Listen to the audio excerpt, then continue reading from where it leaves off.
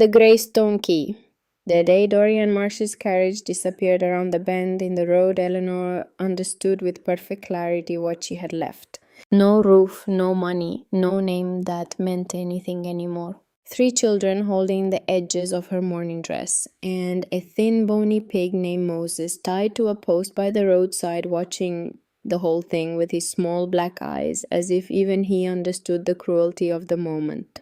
"You cannot leave us here," she had whispered, her hand reaching toward the carriage door as it rolled away. Dorian never looked back. And there, standing on that dirt road in rural Virginia, with the October wind lifting dead leaves around her worn boots, Eleanor Marsh, widow of a good man, gone too soon, mother of 3, a woman of quiet dignity by her own reckoning, understood that her life had just fallen into a darkness she could not yet see the bottom of. But here is what Dorian did not know, what no one knew. Somewhere 3 miles north, inside the crumbling walls of an abandoned estate, a dead man had left something behind.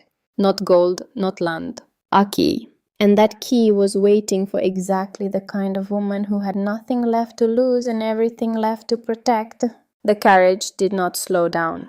That was the thing Eleanor Marsh would remember longest, longer than the cold, longer than the hunger that came after, longer than the long months of uncertainty that followed. Not that Dorian left, men like Dorian always leave, but that the carriage did not slow, that the wheels kept turning at the same steady pace as though dropping a woman and 3 children on a dirt road in rural Virginia was no different than unloading a trunk of old furniture, a thing to be done, a weight to be set down, a problem neatly deposited somewhere. It could no longer inconvenience anyone. She stood there and watched it go. The October wind came low across the fields, carrying the smell of turned earth and wood smoke from some distant farmhouse, and it lifted the black hem of her morning dress around her ankles and made a sound in the dry grass along the roadside that was almost like whispering. The trees on both sides of the road had gone to rust and gold, beautiful in the way that dying things sometimes are. Eleanor did not notice the beauty. She was watching the carriage until it curved around the far bend and disappeared, and then she was watching the empty road where it had been, and then she was watching nothing at all. Behind her, Moses shifted against his post. He was not a handsome pig. No one had ever looked at Moses and thought the word handsome. He was long where pigs ought to be, round thin where they ought to be full, with a grey hide stretched over ribs you could count if you had the patience, and ears so heavy they draped down past his jaw and gave him the permanent expression of a creature who has seen too much and expected too little. Will had named him 2 years ago when Moses was still a small pink piglet that a Colton farm hand had given Henry as thanks for some forgotten kindness. Moses had not grown the way pigs are supposed to grow. He had grown sideways instead of outward, long-bodied and thoughtful-looking, with that permanent air of someone who has made his peace with disappointment and found it a comfortable enough companion. He stood at his post now with the rope around his neck and watched the empty road with his small dark eyes, and seemed in his way to understand exactly what had just happened. Eleanor turned away from the empty road and looked at her children. Will was 8 years old and had his father's eyes, that particular shade of grey that looked blue in certain light and green in others, and right now they were fixed on her with an attention that no 8-year-old boy should need to have. He was holding Charlie against his chest, the little one's legs wrapped around his brother's waist, 2-year-old fingers gripping the collar of Will's jacket with complete trust. Ada stood beside her brother with her rag doll pressed to her ribs, 6 years old and watchful, her mouth pressed into a small, serious line. None of them were crying. They had done their crying. There are only so many tears a body can produce before it simply stops, before the grief goes somewhere deeper than the eyes, somewhere quieter and harder to reach. Eleanor looked at the 3 of them. She breathed. The wind moved through the dead leaves. Then she reached down, lifted the handle of the travel bag at her feet, took Moses by his rope and said, "We're going to walk north." There was a man named Henry Marsh who had lived honestly in a world that does not always reward honesty. He was 36 years old when Eleanor married him in the spring of 1877, a quiet man with a careful way of thinking and large hands that were equally comfortable holding a ledger book or fixing a fence line. He had managed the Colton estate for 14 years by the time he died, kept the accounts with a precision that Senator Ward Colton's own lawyers had never found a reason to question, supervised the tenant farmers with fairness, and conducted himself in all things with the kind of straightforward decency that goes mostly unnoticed until it is gone. He was not a wealthy man. He had never been a wealthy man and had no particular expectation of becoming one. What he had was a house that came with his position, a salary that was sufficient, 3 children in good health, and a wife who understood what she had married and considered it enough. Over 15 years of working and careful living, he had set aside $280 deposited with the Lancaster County notary, Cecil Harmon, saved in increments of careful, patient discipline against whatever future might require. He died in March of 1887 on a Tuesday morning in early spring when his horse caught a stone wrong on the road to the Colton South Fields and went down hard, and Henry went with it, his head striking the edge of a low bridge railing with a sound that the farmhand riding behind him would not forget for the rest of his life. He was dead before the doctor arrived. He was 38 years old. The daffodils had just come up along the fence line of the house, yellow and tilting in the March wind, and Eleanor saw them from the window when they brought him home, and she has not been able to look at daffodils without something tightening in her chest since that day. Dorian came to the funeral wearing new boots. Eleanor had noticed, in the strange hyperclarity that sometimes comes with grief, the particular shine of those boots, the way they caught the grey March light, and she had thought then that a man who buys new boots for his brother's funeral is a man who has already decided that grief is a performance, a costume, a thing to be worn at the appropriate occasion and then set aside. She had pushed the thought away. It was not a kind thought, and this was not a day for unkind thoughts. Dorian was her brother-in-law. He was family. He had come. He had come and he had stayed, and for the weeks that followed he had been efficient and organized and present in a way that had initially reassured her. He spoke to Cecil Harmon. He negotiated with Senator Colton's estate manager to give Eleanor 3 additional months in the house before she would need to vacate the premises. He handled the paperwork, the correspondence, the 100 small administrative tasks that death deposits on the living like a cold and indifferent snow. He was there and he appeared to be helping, and Eleanor had been too deep in grief and in the exhaustion of managing 3 children alone to look closely at what help precisely he was providing. What she had not known in those early weeks was that Dorian had visited Cecile Harmon twice before he ever mentioned to Eleanor that the savings account existed. What she had not known was that Dorian and Harmon had a prior relationship, a business relationship of the kind that is conducted in side rooms and not recorded in any ledger, rooted in a series of land speculation investments that had gone badly and left both men owing money to people who did not accept excuses. What she had not known was that the $280 Henry Marsh had carefully saved over 15 years had changed hands in Harmon's office, transferred by means of a document bearing what purported to be Eleanor's signature, authorizing Dorian as her legal representative, a document Eleanor had never seen and never signed. She would learn all of this later. For 18 months after Henry's death, she had managed. She had taken in sewing work, she had sold what could be sold, she had applied to the church for assistance and been told by the Reverend Aldous Pickett, a man with a thin mouth and a narrower imagination, that the parish did not have resources to support families whose husbands had failed to make adequate provision for their futures.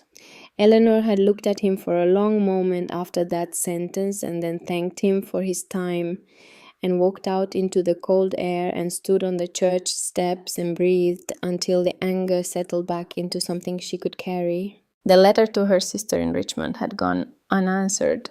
The advertisement she had placed for a position as housekeeper had produced 2 responses, both of which evaporated when the prospective employers learned she came with 3 children. And then on a Wednesday morning in the middle of October 1888, Dorian had arrived at the house with a carriage and the information that Senator Colton had grown impatient and the house needed to be cleared by end of week. He had a place arranged for her, he said, a charitable home in Lancaster, clean, respectable, suitable for a woman in her circumstances. She had packed what could be packed. She had loaded the children into the carriage. And Dorian had stopped the carriage on the empty road 3 miles from anywhere and explained that the charitable home would not, as it turned out, be able to accommodate a pig. The pig would need to be left behind. Eleanor had said that if Moses was left behind, she and the children would also be left behind. There had been a silence. Then Dorian had opened the carriage door.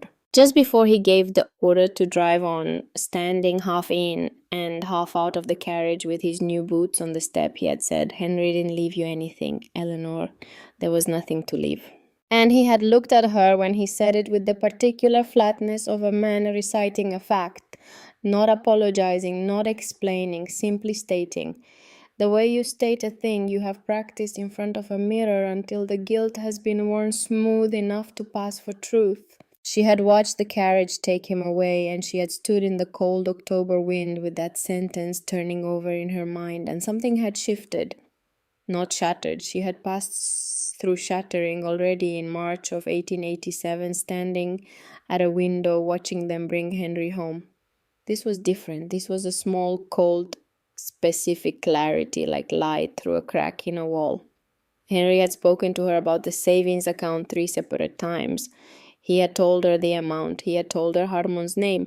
He had told her it was there against whatever future might require. Henry had left her something, which meant Dorian knew about something that no longer existed, which meant Dorian had not simply failed to help her. He had actively taken. She turned the understanding over like a stone in her palm, feeling its weight and its edges, and she did not allow it to break her because she had already been broken once, and she knew from experience that breaking twice in the same direction is not something the body can sustain and remain useful.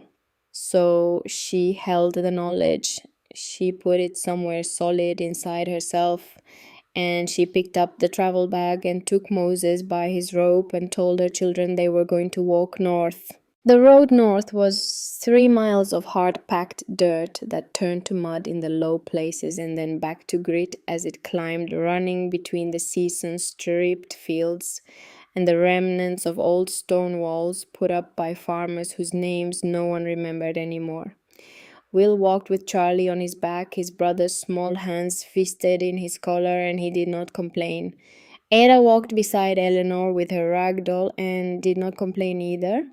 They were children who had learned in the last 18 months that the world did not necessarily respond to complaint and had adapted accordingly in the quiet, unsentimental way that children sometimes adapt when adults stop pretending that difficulty is exceptional. Moses walked behind them on his robe, his heavy ears swaying, his long nose occasionally dropping to the road to investigate some smell or other with what appeared to be genuine professional interest. He had the focused, methodical quality of a creature that has decided movement is preferable to stillness and has committed to that decision without reservation. Eleanor knew about Graves Manor the way she knew about most things Henry had mentioned in passing, which is to say, she carried it in the back of her memory without having had any particular occasion to bring it forward. Henry had spoken of it once on a Sunday afternoon walk along the North Road, maybe 4 years ago, the children smaller, the world less diminished. He had gestured toward a gap in the trees and said, "Senator Colton owns that property up the North Road, Old Graves Estate. I walked through it 2 years ago to assess the structure. There's still furniture inside. Can you imagine just left there?"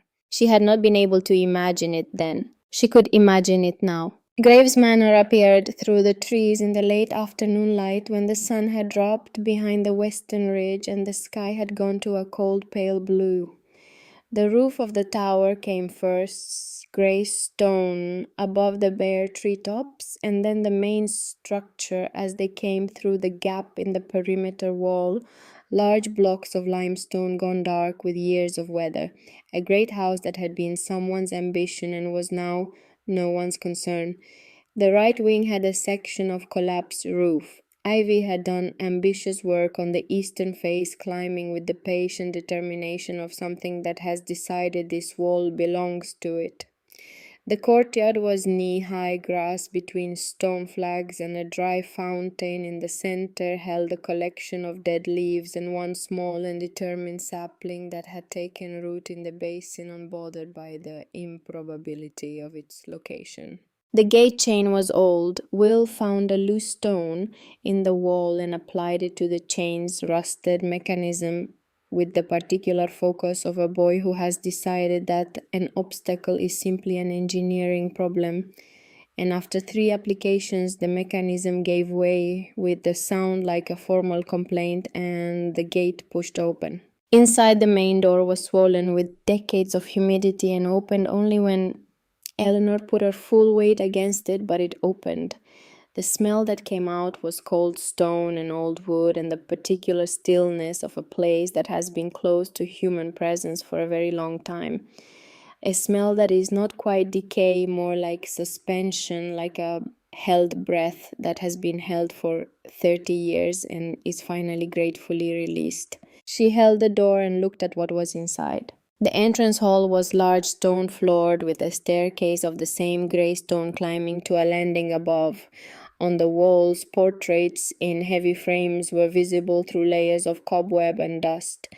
The painted faces regarding the newcomers with expressions that might have been disapproval or might simply have been the neutral stiffness of formal Victorian portraiture, the universal blankness of people who sat very still for a very long time and came out looking mildly startled as a result. To the left was a doorway opening into a large sitting room, and through that doorway Eleanor could see the massive shape of a stone fireplace, and beside the fireplace a stack of old wood that had somehow survived the decades in reasonable condition. The furniture was there, sheet draped grey with dust, but there. She took the children inside. She found a candle stub in a kitchen drawer that still had its wax and its wick. She found the sitting room's fireplace had a clean draw when she tested it with a piece of torn cloth. The wood beside it was dry enough to catch, and the fire, once it started, spread its warmth through the cold stone room with the gratifying efficiency of a fireplace built by someone who understood the purpose of fireplaces and had not allowed decoration to interfere with function. Ida curled into the cushions of an armchair whose velvet had gone from whatever color it had once been to a uniform gray, but whose stuffing remained unexpectedly firm and was asleep within 20 minutes. Will arranged himself and Charlie under the broad stone stairs with a blanket from the travel bag and a confidence that was either genuine or performed for his younger brother's benefit, and either way was doing its job. Moses settled in front of the fire with the satisfaction of an animal that has arrived after some difficulty at exactly where it intended to be. He lowered himself to the hearthstone with a controlled deliberateness and exhaled through his long nose in a way that suggested considerable relief and perhaps a small degree of vindication. Eleanor did not sleep. She sat in the chair beside the fire with her hands in her lap and looked into the flames and turned over the available facts in her mind the way you turn over pieces of a broken object looking for the shape of what it had been. She had the remains of the money from the sewing work, which was not enough for more than a few days. She had no legal claim to this house, though she did not intend to vacate it in the immediate term. She had 3 children and a pig, and a situation that she could not think her way around in a single evening, and she knew that, and she did not pretend otherwise to herself, because Eleanor Marsh had never found pretending to herself to be a useful activity. It consumed energy that could be directed elsewhere and produced nothing except a more comfortable version of the same difficulty. The fire burned down in stages, each stage smaller than the last, and Eleanor sat with the facts as they were. No more, no less. The facts as they were was where she would have to begin. She was still sitting there turning things over when her hand struck the candle holder she had placed on the mantelpiece, and it shifted, and something small and hard fell from behind it and struck the hearthstone with a bright metallic ping. She looked down. She picked it up. It was a small brass key, gone green with age, with a leather tag tied through the bow with a piece of thin cord. The leather was old and stiff, but the ink on it was still legible in the firelight, written in the careful hand of someone who had been educated in a time when penmanship was considered a moral matter. Private study, e.g. Eleanor turned the key in her fingers. It was not large. It was not remarkable in any way except for the fact of its presence, the fact that it was here on this particular mantelpiece with that particular tag. She thought about that. Things that fall behind other things and are simply forgotten look a particular way. There is a quality of accident to them, a randomness of placement that you can see when you examine it carefully, the way a forgotten thing sits at an angle in a position that reflects where it landed rather than where it was put. This key did not have that quality. It was behind the candle holder, yes, but it was centered. It was upright. It was in a position that suggested it had been set there, deliberately placed rather than dropped, put there by someone who had a reason for putting it there and had thought about where it would be most likely to be found. Someone named E.G. Edmund Graves. She held the key for a long time while the fire burned down and Moses's breathing slowed into the deep regular rhythm of sleep, while the old house settled and creaked around her in the cold Virginian night, making the sounds that old houses make when the temperature drops and the wood and stone contract and the whole structure adjusts itself to the dark. Then she closed her hand around the key, felt the small cold weight of it in her palm, and made a decision that she would find the room this key opened when the daylight came. She slipped it into the pocket of her morning dress and listened to her children breathe. The smoke from the Graves Manor chimney was visible from the north road at a distance of perhaps half a mile if you knew to look for it. Most people did not know to look for it because there was no reason to expect smoke from a house that had been closed for close to 30 years. Dr. Callum Hest knew to look for it because Callum Hest, by the nature of his profession and the length of his time in this county, had developed the habit of noticing things that did not fit the expected pattern of a landscape. He had been riding the North Road since 6 in the morning to make a call on Ezra Dunning, a 71-year-old farmer with a leg that was not healing the way it should, and he had the comfortable ease on horseback of a man who has made this kind of early morning ride for the better part of 20 years. He was 44 years old, Callum Hest, which was an age that in his experience felt different than it looked. He had the hands of someone who has held too many hands that were dying broad and calm and slightly worn at the knuckles, and he had the eyes of someone who had stopped expecting good news as the default condition of existence, grey and direct, with a steadiness in them that people sometimes mistook for coldness.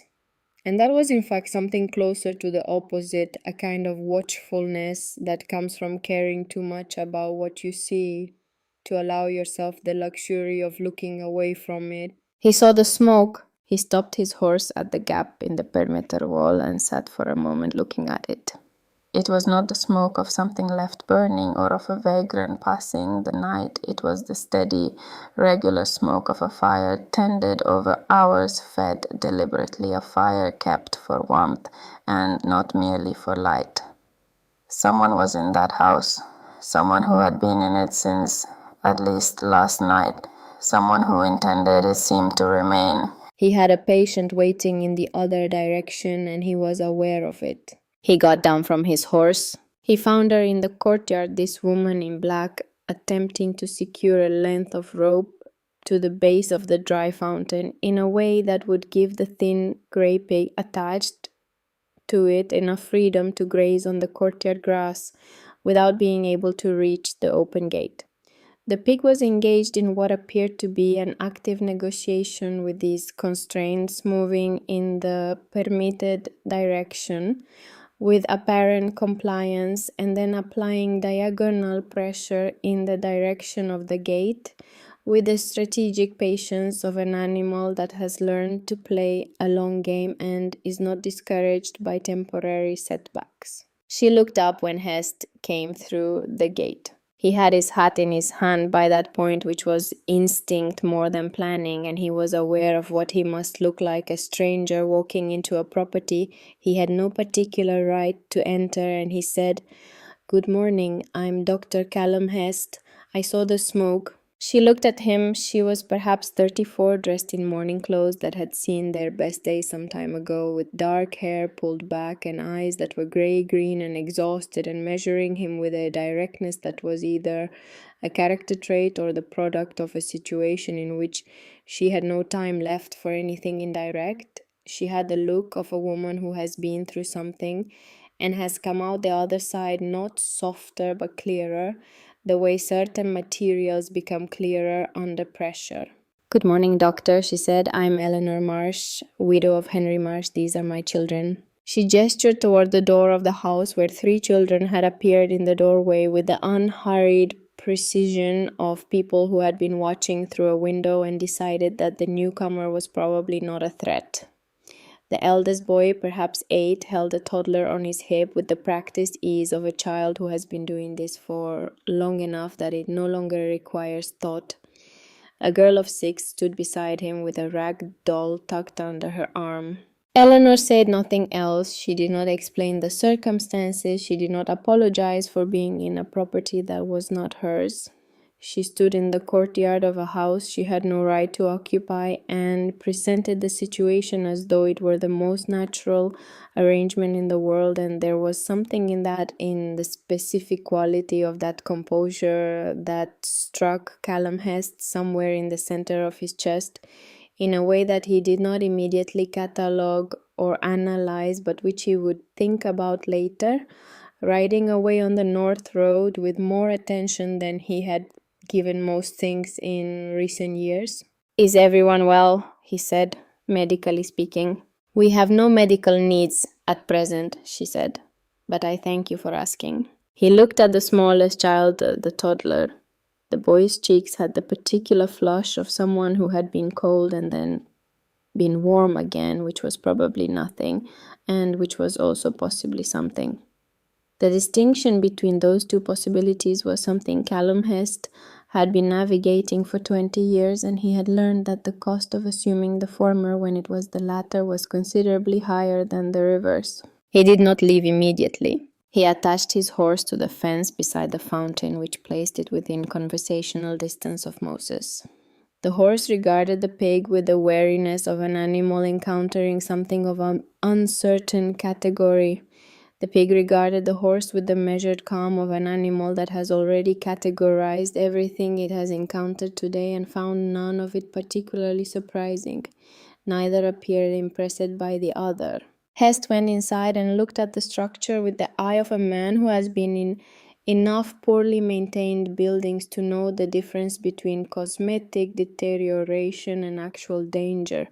The right wing was not habitable. The main body was. The chimney drew correctly. The floors in the primary rooms were stone and sound.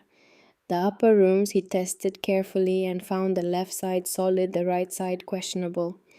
He came back down and looked at the fireplace and the stack of wood beside it and at the evidence of last night's fire, and concluded that someone had made sensible decisions about where to settle in an unfamiliar structure. Before he left, he said, "I'll come back tomorrow. I'll bring provisions." She began to say something that had the shape of a refusal. "In exchange for a service," he said, I need someone to keep my appointment records. My handwriting is illegible. I've been told this by patients, by colleagues, and once by a pharmacist who filled a prescription with something that rhymed with what I wrote but was not what I wrote. The results were not dangerous, but they were memorable. A silence. They both knew it was not the whole truth. It was a partial truth arranged to serve a particular function which is different from a lie, and which both of them were sophisticated enough to recognize for what it was. 2 mornings each week, he said. Is that acceptable? She looked at him for a moment with those measuring grey-green eyes, and he had the impression of a person performing a rapid and precise calculation in which sentiment was not one of the variables, only practical necessity and available options, and the best outcome for 3 children and a pig. That would be acceptable, she said. He retrieved his horse from beside the fountain. Moses watched them go with the unimpressed attentiveness of an animal that reserves judgment until it has more information, which in Moses' case appeared to be a permanent condition. On the north road, riding toward the Dunning farm, Callum Hest thought about Henry Marsh. He had known Henry the way you know men, in a county where everyone eventually passes through the same doctor's office, not intimately but with a certain respect, the specific respect that straightforward men extend to other straightforward men by recognition, the way tuning forks respond to each other across a room. He had treated Will for whooping cough the year before Henry died. He had encountered Eleanor at a distance in church, a figure in black among other figures in black. He thought about something Henry had said to him at the tail end of a consultation 2 winters before the accident, as Henry was putting his coat back on and Hest was writing the prescription for the cough that had settled in Henry's chest. Henry had mentioned Dorian in passing, his brother, and had said his name with a specific kind of carefulness, the carefulness of a man who is choosing his words about a subject he would prefer not to have to address at all, and is managing the conversation as efficiently as possible toward other territory.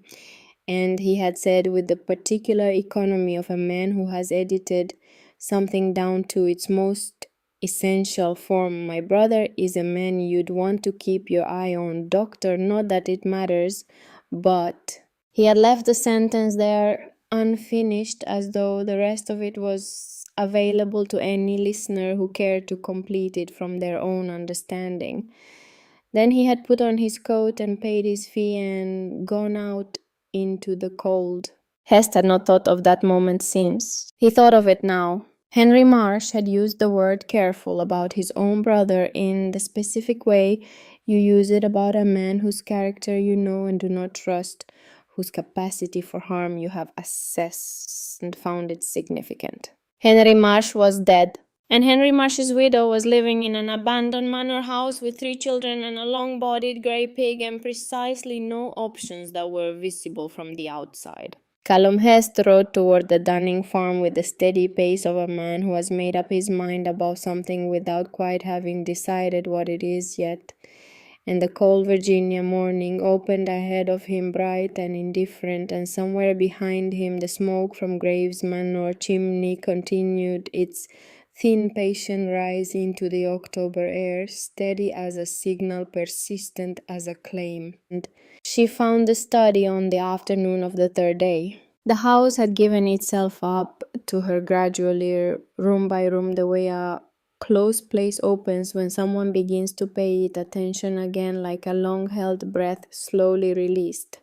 The left wing proved more intact than she had first understood. 3 upstairs bedrooms with furniture beneath their sheeting, the mattresses questionable but usable, a linen press in the hallway with several sets of sheets stiff with age but structurally sound when aired at the window. The kitchen had a range that could be coaxed into function with patience and the right application of the flue damper.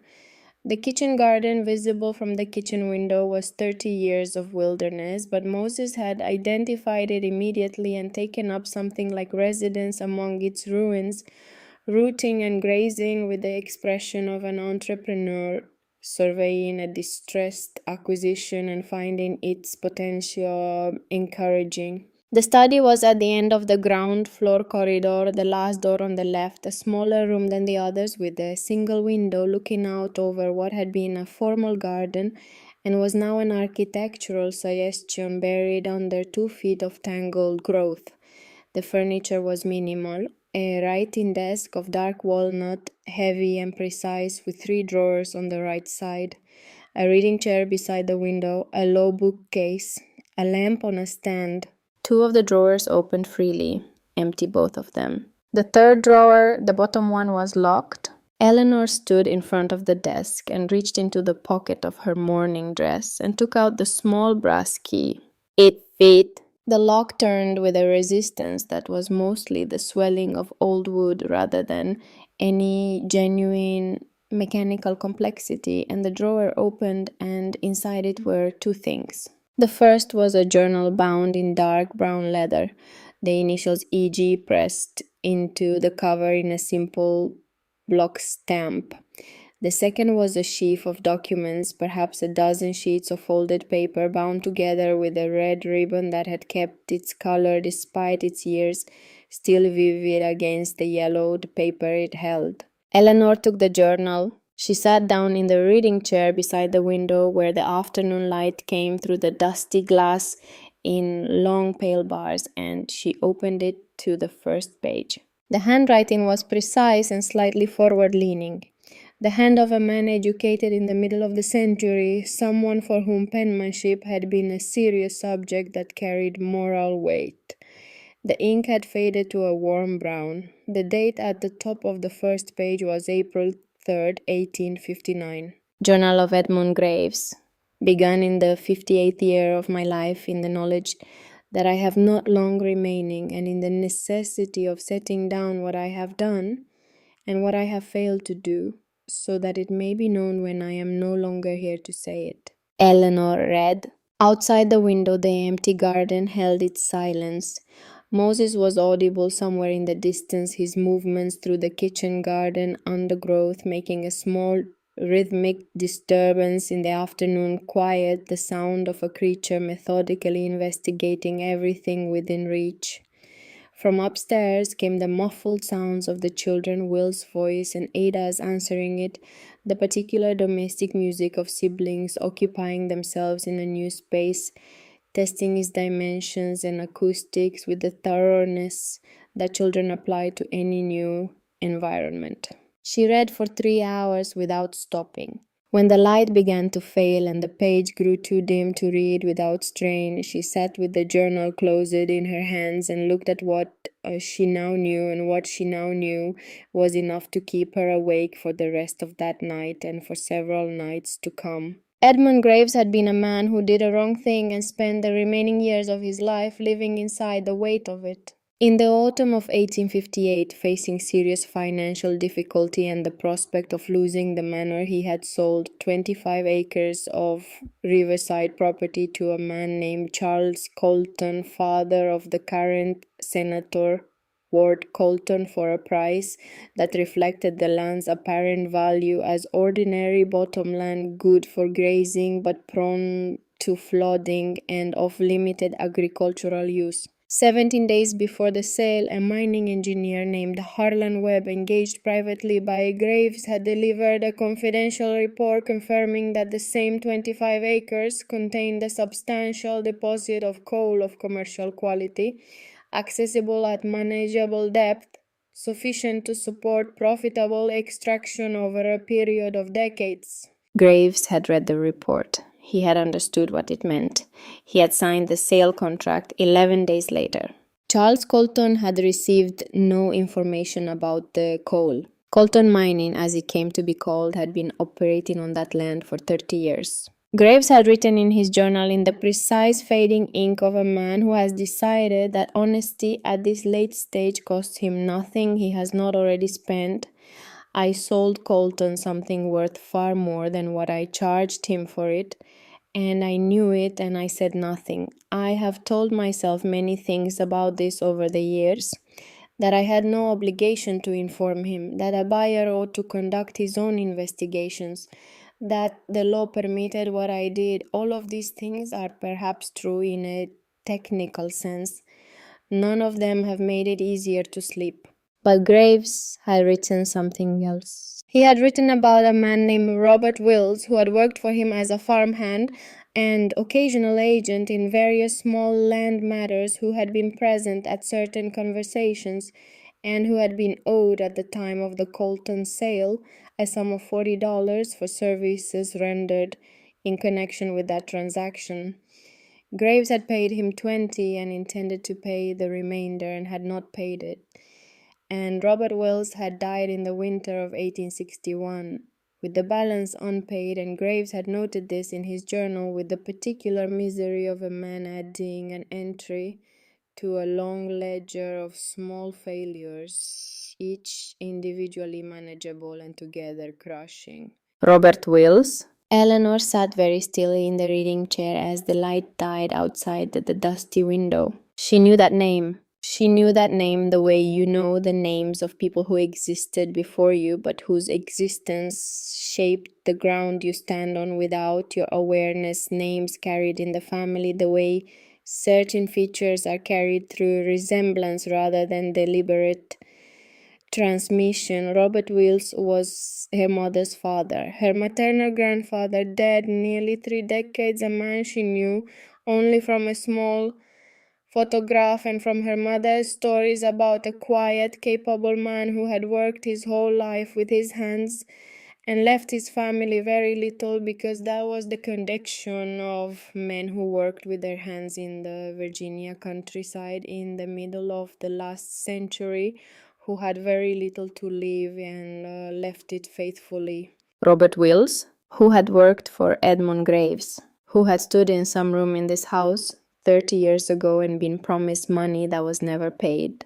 Eleanor pressed her hands flat on the cover of the journal and breathed in the cold, still air of the old study, and she thought about the coal mine that had been operating on those 25 acres of riverside land for 30 years, the mine that bore the Colton name, the mine that had made the Colton family considerably richer than they had been in 1858, and she thought about her grandfather and about her husband and about the 25 acres of bottom land that had once simply been land and had become in the hands of a family with the resources to work it a great deal more than land. She did not yet know what any of this meant in a legal sense. She did not yet know if it meant anything at all that could be used. What she knew was that a man named Edmund Graves had closed up this house and left a key on a mantelpiece where someone would eventually find it, and had put a journal in a locked drawer beneath it, and that the journal contained a precise and damning account of what he had done, written by the man who had done it, not for his own absolution, not to shift blame, but because the truth had become too heavy to take completely into the dark. The dead sometimes leave things for the living, not always what the living need, but sometimes if the dead man was precise enough and guilty enough and human enough to want someone to eventually know the truth, sometimes they leave exactly the right thing in exactly the right place for exactly the right person to find. Moses appeared at the study window, visible in profile against the last grey light of the afternoon, his long jaw moving deliberately, his heavy ears lifting slightly as he observed her through the glass with his dark and ancient eyes. He appeared to have eaten well in the kitchen garden. He appeared in his way to be satisfied with the direction of events, or at least not dissatisfied, which in Moses' case was the closest thing to satisfaction that his expression generally permitted. Eleanor looked at the key in her hand. Then she looked at the journal. Then she looked at Moses, who looked back at her with his small dark eyes and his ancient, tired, knowing expression, and she thought about Dorian Marsh's carriage disappearing around the bend in the road, and about the word careful that Henry had once applied to his brother, and about a coal mine that had been running for 30 years on land sold under false pretenses to a family that had just served her a notice to leave this house within 7 days. She closed her hand around the brass key. She was not finished yet, not even close. The first full day inside Graves Manor was a day of learning the house. Eleanor had always believed that a house, like a person, reveals itself in stages, and that the revelation is a two-way process. You learn the house, but the house also registers your presence, adjusts to it, begins the long, slow process of becoming yours in ways that go beyond the legal or the practical. The smell of the rooms changes when people inhabit them, the quality of the silence changes, the way sound moves through the corridors and the stairwell changes when there are voices in the building, when there are feet on the stairs, when there is smoke from the kitchen and light from the candles, and the specific warmth that a fire creates in a room that has been cold for 30 years. She spent the morning of the second day going through the house room by room, systematically the way she had always approached an unfamiliar problem, by establishing what was actually there before deciding what to do about it. The entrance hall was large and drafty, the stone floor swept clean of the worst of the accumulated debris by Eleanor and Will the previous evening using brooms they had found in the kitchen. Brooms whose bristles were compromised by age but which remained functional for the most immediate purposes. The portraits on the walls were beyond cleaning in the near term but were not damaged.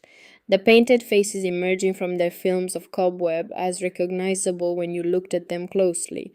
A record of the Graves family across several generations preserved by the accident of no one having been present to destroy them. The library on the second floor was the discovery that stopped her longest. She had not expected a library of this quality. She had expected a gentleman's collection, the kind accumulated by someone who purchased books as furniture, organized by size or binding, color, read occasionally and displayed primarily. What the Graves Library contained was something different, a working collection, the accumulation of someone who actually read and who had organized the books by subject, with the purposeful system of a person who expected to return to particular volumes for particular reasons. History, philosophy, natural science, medicine, geography, law. The law section alone occupied an entire shelf, Virginia statutes and federal codes, and legal reference volumes that would have cost more than a month of Henry's salary. Will had come upstairs while Eleanor was standing in the library doorway and had moved past her into the room with the quiet, focused purpose of someone who has found something they have been looking for without knowing they were looking for it. He had stood in the center of the library and turned in a slow full circle, looking at the shelves, and then had gone directly to the geography section and pulled out a volume and opened it to a map and been entirely lost to the external world for the next hour and a half. Eleanor had watched him for a moment from the doorway. She thought about Henry, who had been a reader in the same purposeful way, who had read in the evenings after the children were in bed, with the concentrated pleasure of someone recovering something essential that the day had temporarily taken from him. Will had inherited this. She had watched it developing over the past years, the way a capacity that begins as aptitude becomes, with sufficient material and opportunity, something recognizable as vocation. She did not know yet what Will would become. He was 8 years old and the future was long.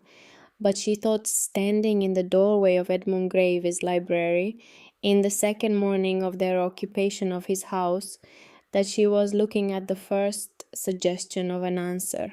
Ada found her in the kitchen that afternoon, helping prepare the food that Hest had left, arranging it on the plates that Eleanor had uncovered in the kitchen dresser, plain white crockery that had survived the decades in complete undamaged condition under a layer of dust. "Will this be our house forever?"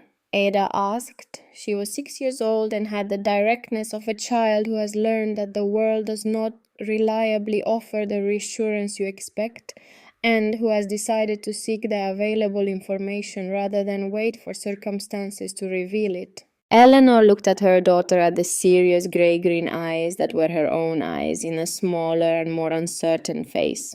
"I don't know how long we'll be here," she said, "but we're here now, and that's what matters now." Ada appeared to consider this with the careful attention she gave to information that required processing. Moses likes it, she said finally, which was not a non sequitur as much as it appeared. Ada had developed, Eleanor had noticed a habit of using Moses as a kind of informal barometer of whether a situation was acceptable. Moses, who had no investment in reassurance and no capacity for pretense, who simply responded to circumstances as they were, had become, in Ada's understanding, a reliable indicator of the actual state of things. Moses does like it, Eleanor agreed. Then we should stay as long as we can, Ada said with the decisive finality of someone who has completed an analysis and reached a conclusion. She took her plate to the table and began to eat with the practical efficiency of a 6-year-old who has more things she wants to do than time to do them. And Eleanor watched her and thought about the particular resilience of children, which is not the absence of difficulty, but the ability to continue building in the presence of it, the ability to find in the next available thing the material for going on. The next morning came in grey and cold, with the low sky the color of old iron pressing down over the Virginia ridgeline, and a wind that had found every gap in the Mana's aged stonework and made itself at home in the draughts and cold pockets of the ground floor rooms. Eleanor was up before the children, before the lights, sitting at the walnut desk in the study with Edmund Graves's journal open in front of her, and a second candle she had found in the kitchen drawer burning beside the first. She had read it twice through the night, not for the facts which she had absorbed on the first reading with the complete attention she gave to everything she read that mattered. She read it a second time for the man, for the particular texture of Edmund Graves, the way he constructed his sentences, the quality of the mind that had produced this record. Because she had learned in 34 years of reading people and their words that a document is only as useful as the understanding of the person who created it, and she needed to understand Graves before she could decide what his words were worth. What she found was a man who was intelligent and cowardly in equal measure, not a villain in the simple sense, not someone who had set out to harm Robert Wills or Charles Colton or anyone else in particular. He had made a calculation, the kind of calculation that men in financial difficulty make when the pressure of immediate necessity compresses the longer view, and he had made it quickly and completely, and then had spent the remaining years of his life in the knowledge of what he had done. He was precise, he was specific, he named amounts, dates, names. He named Harlan Webb and the Cole survey. He named Robert Wills and the $40 and the 20 that was paid and the 20 that was not. And underneath the precision in the language he chose when he was writing about the debt rather than the transaction, there was something that Eleanor recognized as genuine remorse, which is different from guilt, different from fear, different from the self-protective regret of a man who is sorry only to have been caught. Graves had not been caught. He had died in this house with no one knowing what he knew. What he felt was not the remorse of exposure. It was the remorse of a man who had looked at himself honestly, perhaps for the first time in a long while, and found the view unwelcome and had decided that the honest accounting was owed even if no one would collect it.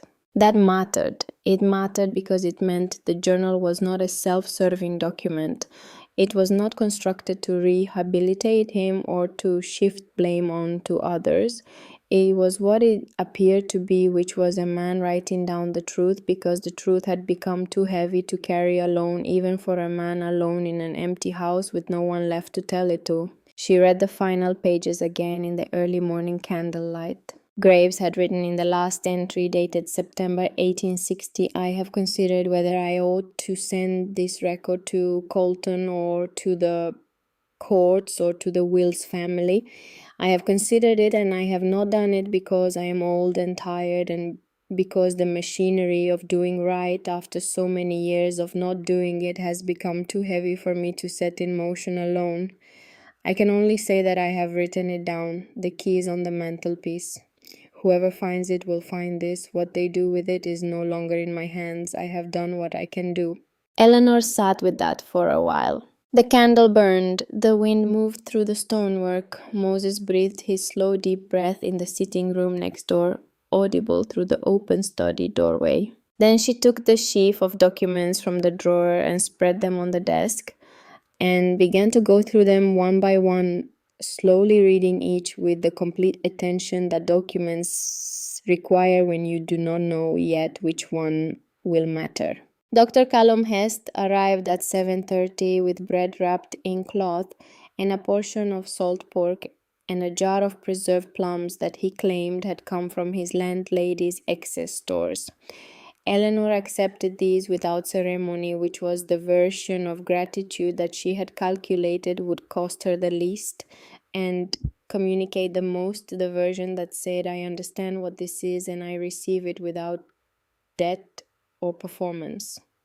They sat at the kitchen table while Ada served tea with the grave ceremonial attention of a child who has decided that the preparation of tea is a serious contribution to household function and is not to be rushed or taken lightly. Hest said nothing about the provisions and asked nothing about her plans, which was, Eleanor had concluded, the thing she found most tolerable about him. He occupied a room without demanding anything from it. After Ada had taken the teapot back to the range, with the careful concentration of someone carrying something fragile and important, Eleanor put the journal on the table between them. "I need you to listen to something," she said. He looked at the journal, then he looked at her. "All right," he said. She read him the relevant passages, not all of it, the portions that mattered, the survey, the sale, the coal, Robert Wills. She read precisely, without editorializing, without the small inflections of commentary that might tell him what to think, before he had the chance to think it himself, the way Henry had always read things to her when he wanted her to understand a situation rather than his interpretation of it.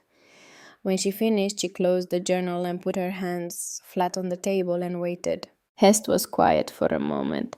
Outside, Moses could be heard conducting his morning operations in the kitchen garden, moving through the undergrowth with the focused purposefulness of an animal that has identified its territory and is systematically learning it. The fire in the range ticked. "The Colton coal mine," he said. "That is not a small operation." "No," she said. "It has been running for 30 years. "Yes." Another silence. He was looking at the middle distance in the way of a man who is doing arithmetic that is not strictly numerical. "Robert Wills," he said. "Your mother's father." "My grandfather. He died in 1861. He never received the full payment." Hest picked up his tea and held it and did not drink it. "I know an attorney," he said, "in Harrisburg. His name is Silas Pruitt. He is 62 years old, and he has the reputation of a man who reads contracts the way other men read scripture, with complete conviction that every word has meaning and that the absence of a word has meaning as well." He paused. "He owes me a debt I have never called in." Eleanor looked at him. "I'm not suggesting this replaces any decision you need to make," he said carefully. "This document is yours. What you do with it is yours. I'm telling you that if you choose to explore whether it has legal weight, Pruitt is the man who would know. He is also the kind of man who, once he decides a matter is worth pursues it with a thoroughness that other attorneys find discouraging." She thought about what exploration meant in practical terms. She thought about what it cost to explore things in a legal system built by men for men with no money and 3 children and a pig and a 7-day eviction notice that had not yet arrived but that she could feel coming, the way you feel weather, as a pressure change before the rain. "Write to him," she said. Hest nodded once and said nothing else about it. After he left, Eleanor returned to the study and spent 2 more hours with the documents from the drawer. What she found there was a collection of Graves' personal papers, the expected mixture of old account ledgers and correspondence and land records, most of which told her nothing she did not already know or could not infer. But near the bottom of the sheaf, folded more carefully than the rest and tied separately with a piece of cord, as though Graves had understood they occupied a different category from the routine papers were two documents that she set aside from the others with particular care. The first was a copy of the sale contract for the 25 acres dated October 1858, bearing the signatures of Edmund Graves and Charles Colton and the notarial seal and signature of one Cecil Harmon, licensed notary, Lancaster County, Virginia. The second was a letter written in a hand she did not recognize from Harlan Webb, mining engineer of Richmond, Virginia, addressed to Edmund Graves and dated August 12, 1858. The letter confirmed the findings of a survey conducted on the Riverside property in July and August of that year and described in specific technical language the coal deposit, its estimated extent, its accessible depth, and its projected commercial value over a period of not less than 25 years. It was the language of a professional man delivering a professional assessment, precise and unambiguous, the kind of language that does not leave room for misunderstanding. The letter was dated 17 days before the sale contract was signed, and in the upper margin of the letter, written in the same forward-leaning hand that had produced the journal, were the initials E.G., and beneath them in the same brown ink a single notation read and understood. October 3rd. October 3rd, 5 days before the sale. Eleanor set the two documents side by side on the desk and looked at them for a long time. Cecil Harmon had sealed and notarized the sale contract. Cecil Harmon, who had been in possession of Henry Marsh's savings account. Cecil Harmon, who had transferred $280 to Dorian Marsh by means of a document bearing Eleanor's forged signature.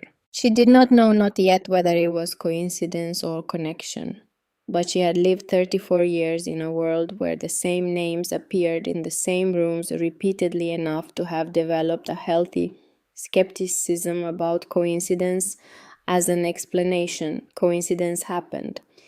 But it was rarely as tidy as this, and it rarely organized itself around the same individual twice. She folded the two documents and placed them inside the front cover of the journal. The notice of eviction had been delivered by a county official on horseback Tuesday afternoon, a week after Eleanor and the children had arrived at Graves Manor.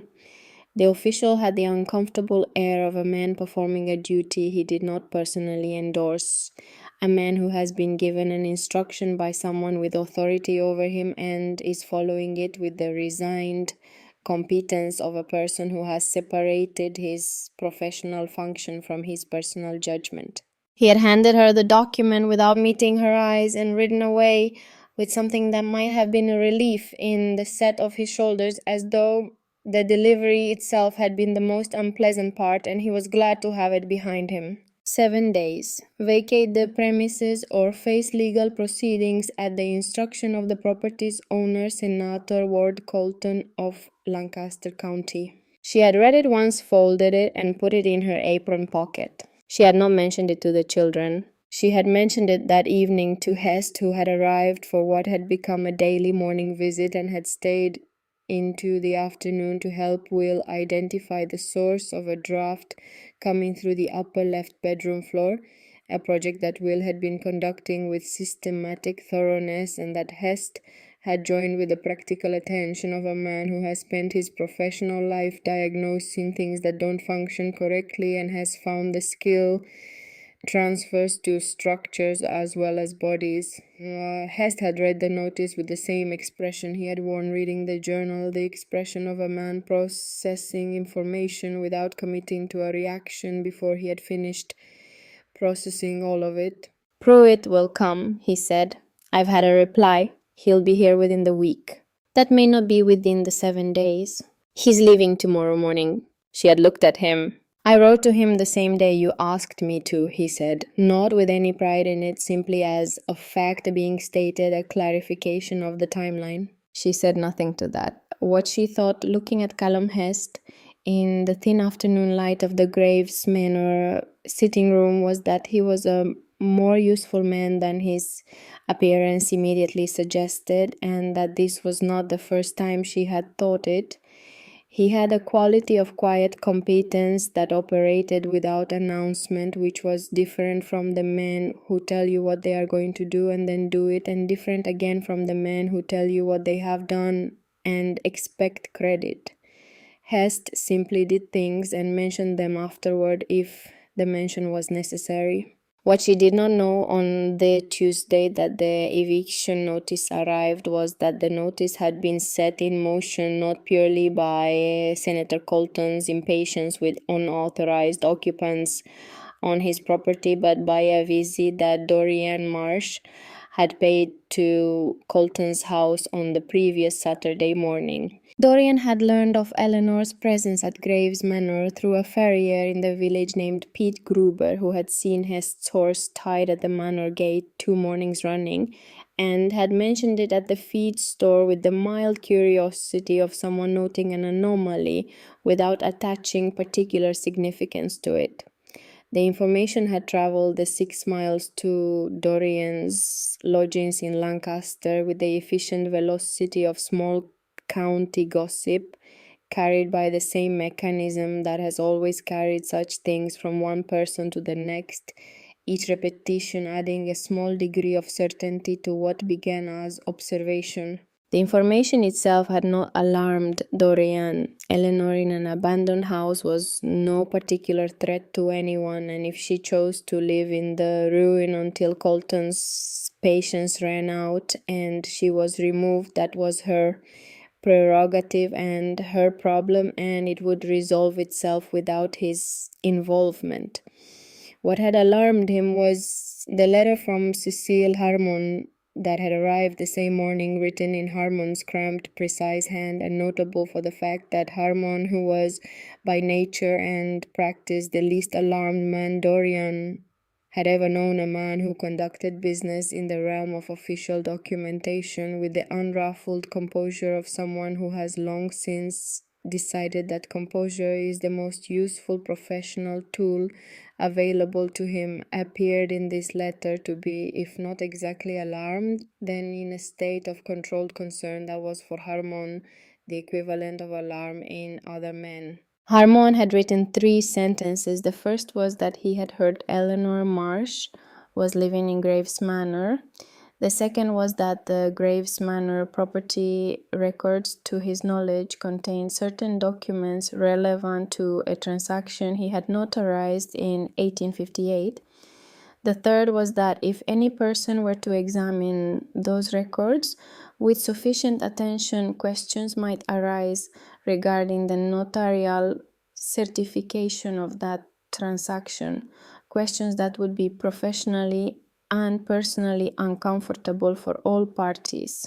He had signed it CH and nothing else, as though even the full form of his name was more association than he wanted to put on paper. Dorian had read it twice and then burned it and then sat for 20 minutes in the chair by his window and thought about what it meant. What it meant, as best he could construct it, was this: Cecil Harmon had notarized a sale in 1858 that had involved the information being withheld from one of the parties. Harmon had known about this at the time. Harmon had been compensated for his silence. And now the widow of the man whose savings account Harmon had helped Dorian drain was living in the house where the evidence of that 30-year-old transaction had presumably been sitting undisturbed in a drawer all along, waiting with the patient indifference of evidence for someone with sufficient reason to look for it. He had gone to see Senator Colton on Saturday. Ward Colton was 55 years old and had the aspect of a man who has spent his life being deferred to a kind of settled authority that had gradually ceased to require any effort on his part to project, because it had simply become the atmosphere around him as natural and unremarkable as the furniture in his study. He received people behind a desk the size of a small country with the mild and slightly impatient courtesy of a man who considers most meetings to be interruptions to the more important work of being himself. Dorian explained the situation in the manner he had refined over years of moving in rooms where the precise presentation of information was more important than the information itself. He was good at this, genuinely skilled at it, the ability to arrange facts in the order most conducive to a particular conclusion without technically misrepresenting any of them. He emphasized Eleanor's unauthorized occupation of Colton property. He emphasized the necessity of swift action to avoid the establishment of any legal precedent. He was careful, very careful, to make no mention of Edmund Graves or 1858 or coal surveys or Robert Wills or anything else that might lead a listener toward a question he was not prepared to answer.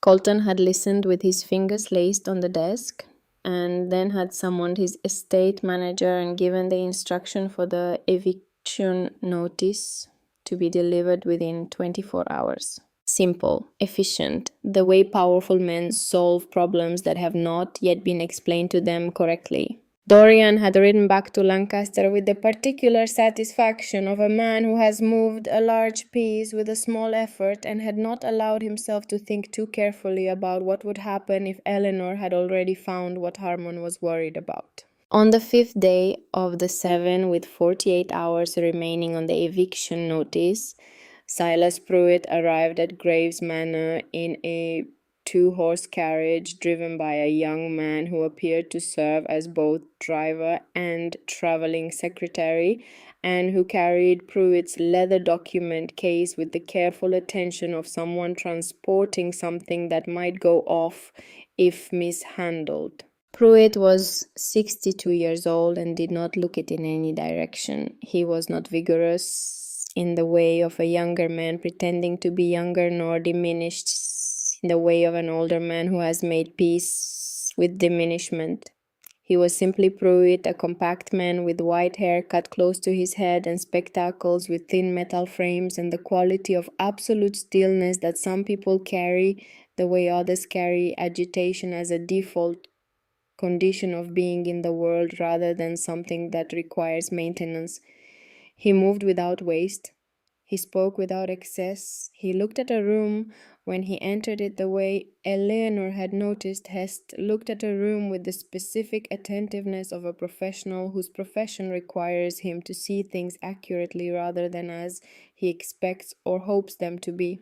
He shook Eleanor's hand, not the brief formal touch that men of his era and position typically extended to women, a gesture designed more to acknowledge the convention than to communicate anything, but a full level handshake, the kind you give to a person you intend to take seriously. And he met her eyes when he did it with the directness of a man who has long since stopped managing his expressions for the comfort of others. "Mrs. Marsh," he said, "I've read Callum's letter. Show me what you have." She took him to the study. He was in there for 4 hours. Eleanor did not hover outside the door. She went about the work of the afternoon, the cooking, the children, the management of Mose, who had in the 5 days since their arrival developed very specific opinions about the kitchen garden boundaries that required periodic renegotiation as he identified new areas of interest. She kept herself occupied with the physical tasks of keeping a household functional, which she had learned over the past 18 months were the best defense against the kind of thinking that circles and produces nothing except exhaustion and a grinding of the same material that was already thoroughly ground. Hess arrived in the early afternoon and found her in the kitchen and sat at the table with his hat in his hands and said nothing, which was, she had come to understand, his version of company, presence without demand. The children moved through the house around them with the self-directed purpose of children who have found their footing in a new environment and are now engaged in the serious work of understanding it. Will had organized the books in the manor library by subject, working with the methodical thoroughness of someone who finds that orderly systems are a form of comfort and was now working his way through a volume on American geography with the systematic focus of someone building a foundation for something. Ada had appointed herself teacher to Charlie in the matter of letters, conducting lessons at the low kitchen table with 2 pieces of charcoal and a smooth hearthstone used as a slate, with a pedagogical patience that exceeded, Eleanor privately thought, what she herself could have managed at 6 years old. When Pruitt came out of the study, he was carrying the journal and the 2 documents Eleanor had set aside, and he had the expression of a man who has been looking for his footing on uncertain ground and has found it. Not triumphant. Pruitt did not appear to do triumphant, but solid, the specific solidness of a man who knows where he stands. He sat down at the kitchen table. Hest poured him tea without being asked, which suggested a familiarity between the 2 men that went deeper than the circumstances of their reconnection. Pruitt set the journal and the documents in front of him and arranged them with a small, precise movement of his hands, the movement of a man who arranges papers the way a surgeon arranges instruments, everything exactly where it needs to be before the work begins. The journal, he said, does not have direct legal force in its current form. It is not a witnessed document. It is not notarized. It is not a signed confession in any formal sense that a court would be required to accept as evidence. He paused. However, Eleanor waited. However, it references 2 documents that do have legal force. The first is this. He placed his finger on the web letter. A professional survey by a named licensed engineer, dated and addressed, confirming the coal deposit on the land in question.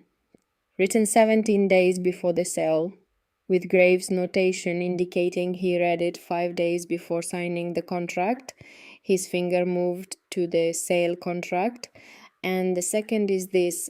A notarized sale contract from which that information was entirely absent, bearing no mention of the survey, no mention of the coal, no reference of any kind to the mineral value of the property. Pruitt looked at Eleanor steadily.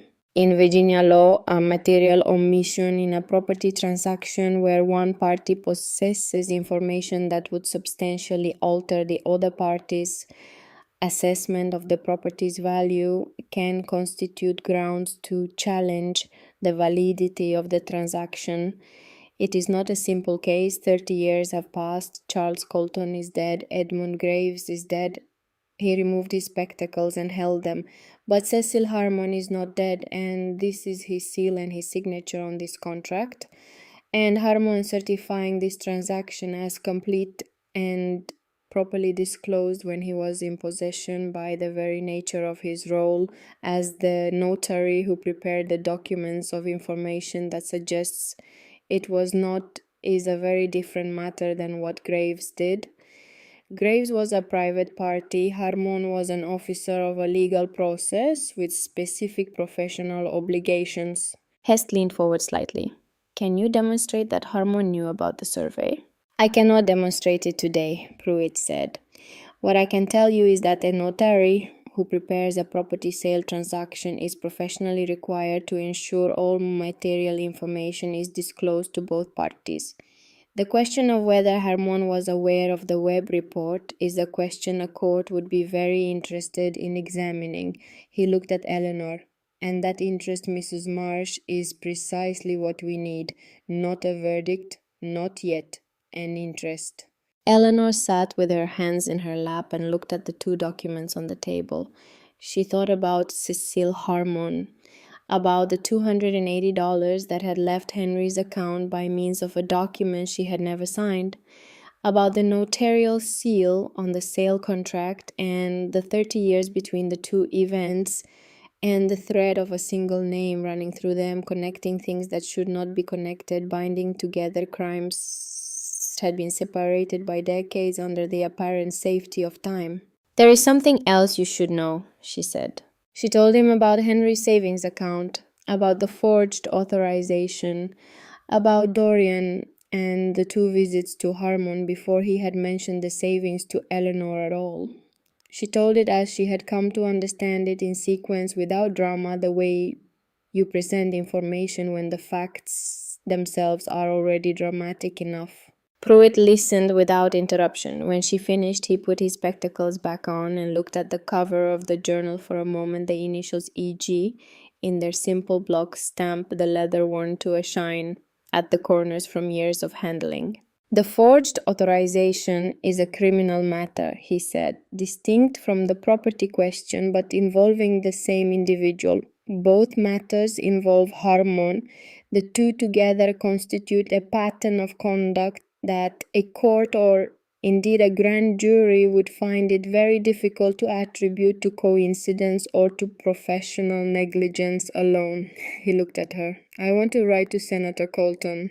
What would you say? I would say what is true, that you have come into possession of documents relating to the 1858 Colton land acquisition that raise material questions about the circumstances of that transaction. That in light of those questions, the eviction notice against a woman whose husband served the Colton estate honestly for 14 years would benefit from immediate reconsideration. He paused. I would not threaten, I would not need to. The facts threaten adequately on their own behalf. Facts of this kind do not require elaboration. Eleanor looked at him. This is your decision, he said, and there was no qualification in how he said it. These documents are yours. I can advise you. I can act as your attorney. I can write this letter or not write it at your instruction. But I will not do anything without your direction, and I will not suggest a course of action I am not prepared to execute fully. The kitchen was quiet. Moses could be heard outside making his way along the garden wall with his characteristic unhurried thoroughness. From the other room came Ada's voice, patient and deliberate, sounding out a word, with Charlie repeating it until he had it correctly, then moving to the next. Eleanor looked at the journal on the table. She looked at the Webb letter and the sale contract. She thought about Edmund Graves writing his confession in a cold, empty house and putting a key on mantelpiece for whoever came next. She thought about what that meant, what it required of the person who found it. Write the letter, she said. Dorian arrived on the 6th day, which was the day before the eviction notice expired, in the company of two men he introduced as agents of Senator Colton's estate. They were not agents of Senator Colton's estate. Eleanor had never seen them before, but she recognized the type with the efficiency of a woman who had grown up in a county where men who did other men's unpleasant business tended to share certain characteristics of bearing and dress, a kind of effortful casualness that was designed to suggest they were simply present and not performing a function, that their appearance here was coincidental rather than arranged. Eleanor was in the courtyard when they arrived, which was where she happened to be, not because she had expected this visit, though she had not been surprised by it either. There is a kind of trouble that announces itself in advance, even when it makes no formal communication, and Dorian was that kind of trouble, the kind that moves toward a conclusion with the patient inevitability of a man who has decided on an outcome and is working backward from it.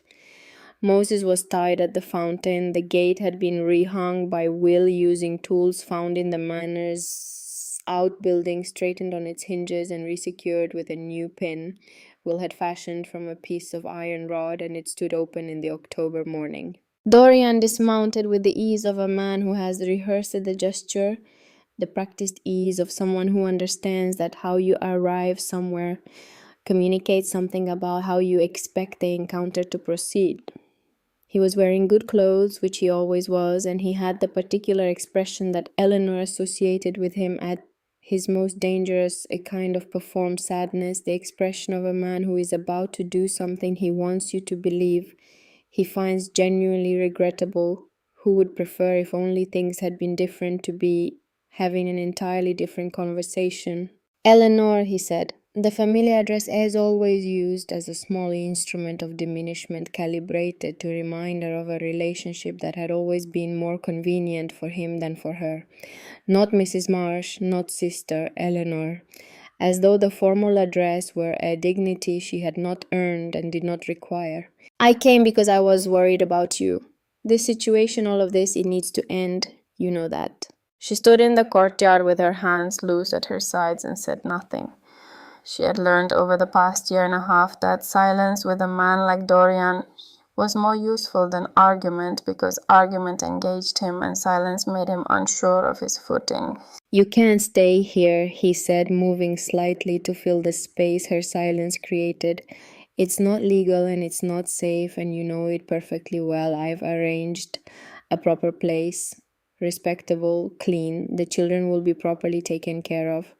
He glanced toward the manor door, taking in the courtyard, the rehung gate, the evidence of habitation that had accumulated over 6 days.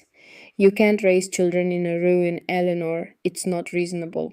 From the first floor window above the door, Will was watching. Eleanor knew he was there. She had seen him move to the window when the sound of the horses came through the gate. The quiet, purposeful movement of a boy who has learned to be where information is available.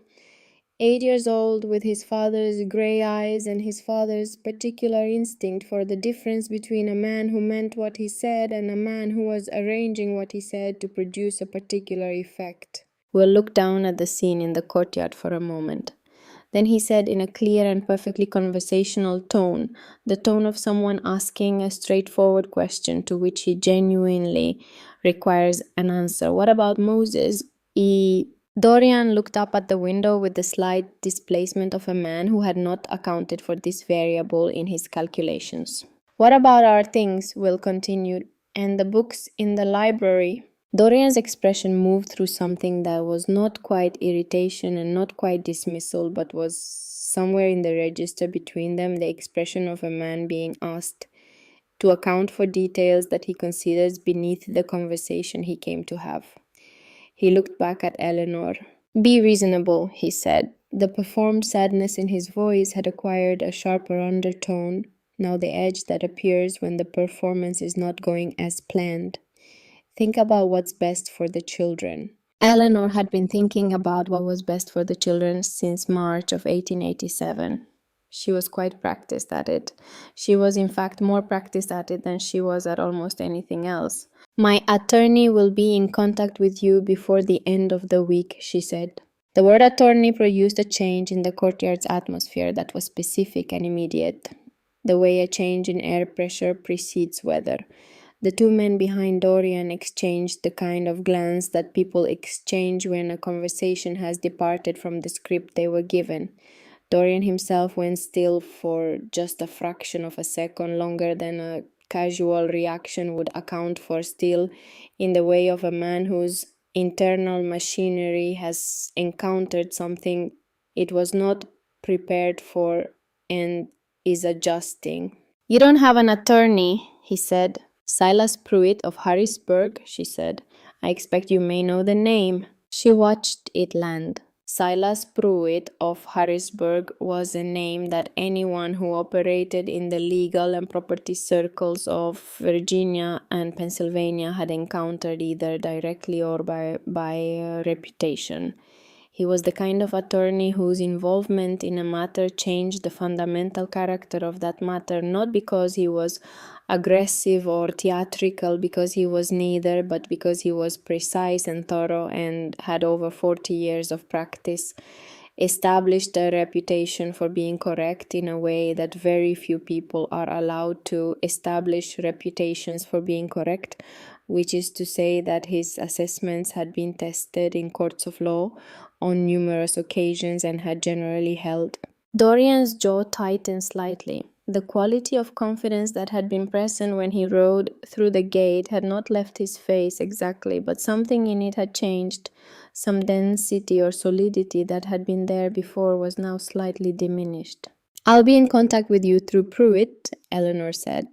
Good morning, Dorian. She walked back toward the house. Moses watched Dorian from the fountain with the deep and ancient suspicion of an animal that has made a judgment about a particular person and has found no subsequent information to revise it.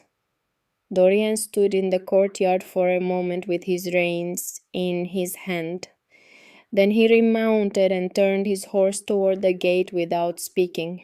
His shoulders as he rode away had the particular set of a man who is searching for an exit and has not yet found one that suits him. Eleanor went inside and stood in the entrance hall and breathed for a moment in the cold stillness of the old house, in the smell of stone and settled dust, and the faint trace of wood smoke that had begun to permeate the main rooms.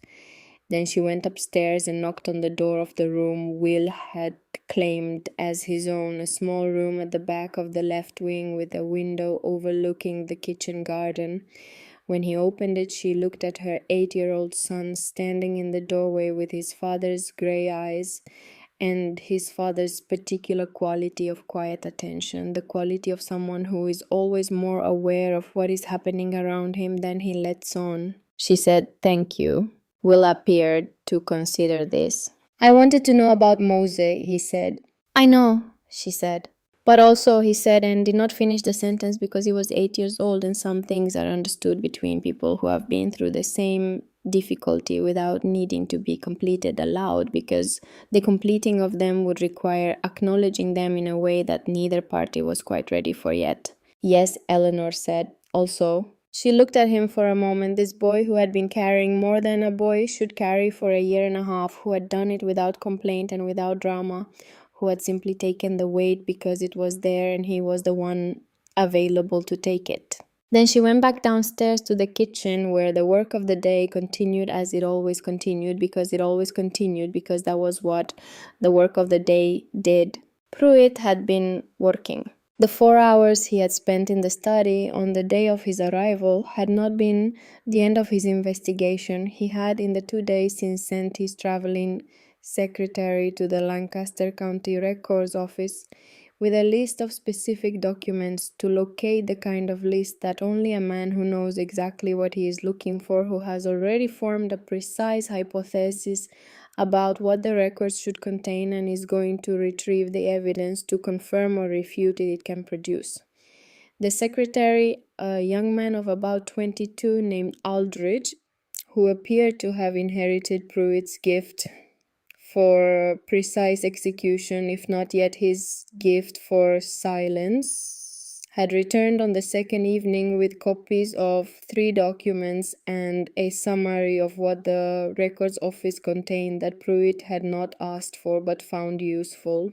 Pruitt had spread the copies on the walnut desk in the study and examined them with his spectacles and his particular quality of absolute stillness, the stillness of a man who is entirely present in the task at hand and has relocated everything that is not the task to somewhere it will not interfere. He called Eleanor to the study on the evening of Dorian's visit. She sat in the reading chair. He sat at the desk. The candles were lit, and the study had the quality of a room that has been returned to its purpose after a long vacancy, something essential and specific that had been suspended for 30 years, reactivating at the application of attention and light. Pruitt placed a document on the desk and turned it toward her. It was a copy of the 1858 sale contract, not the original from the drawer, which she had already examined in detail, but a copy from the county records. The difference between the 2 versions was not in the contract text itself, which was identical. It was in the margins. In the county records copy, in the margin beside the notarial certification block, there was a notation in a different hand from the contract text, cramped and precise, the hand of a man who has written in the margins of documents so many times that his marginal notes have developed a characteristic style.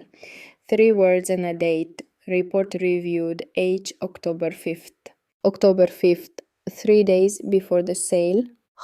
She said.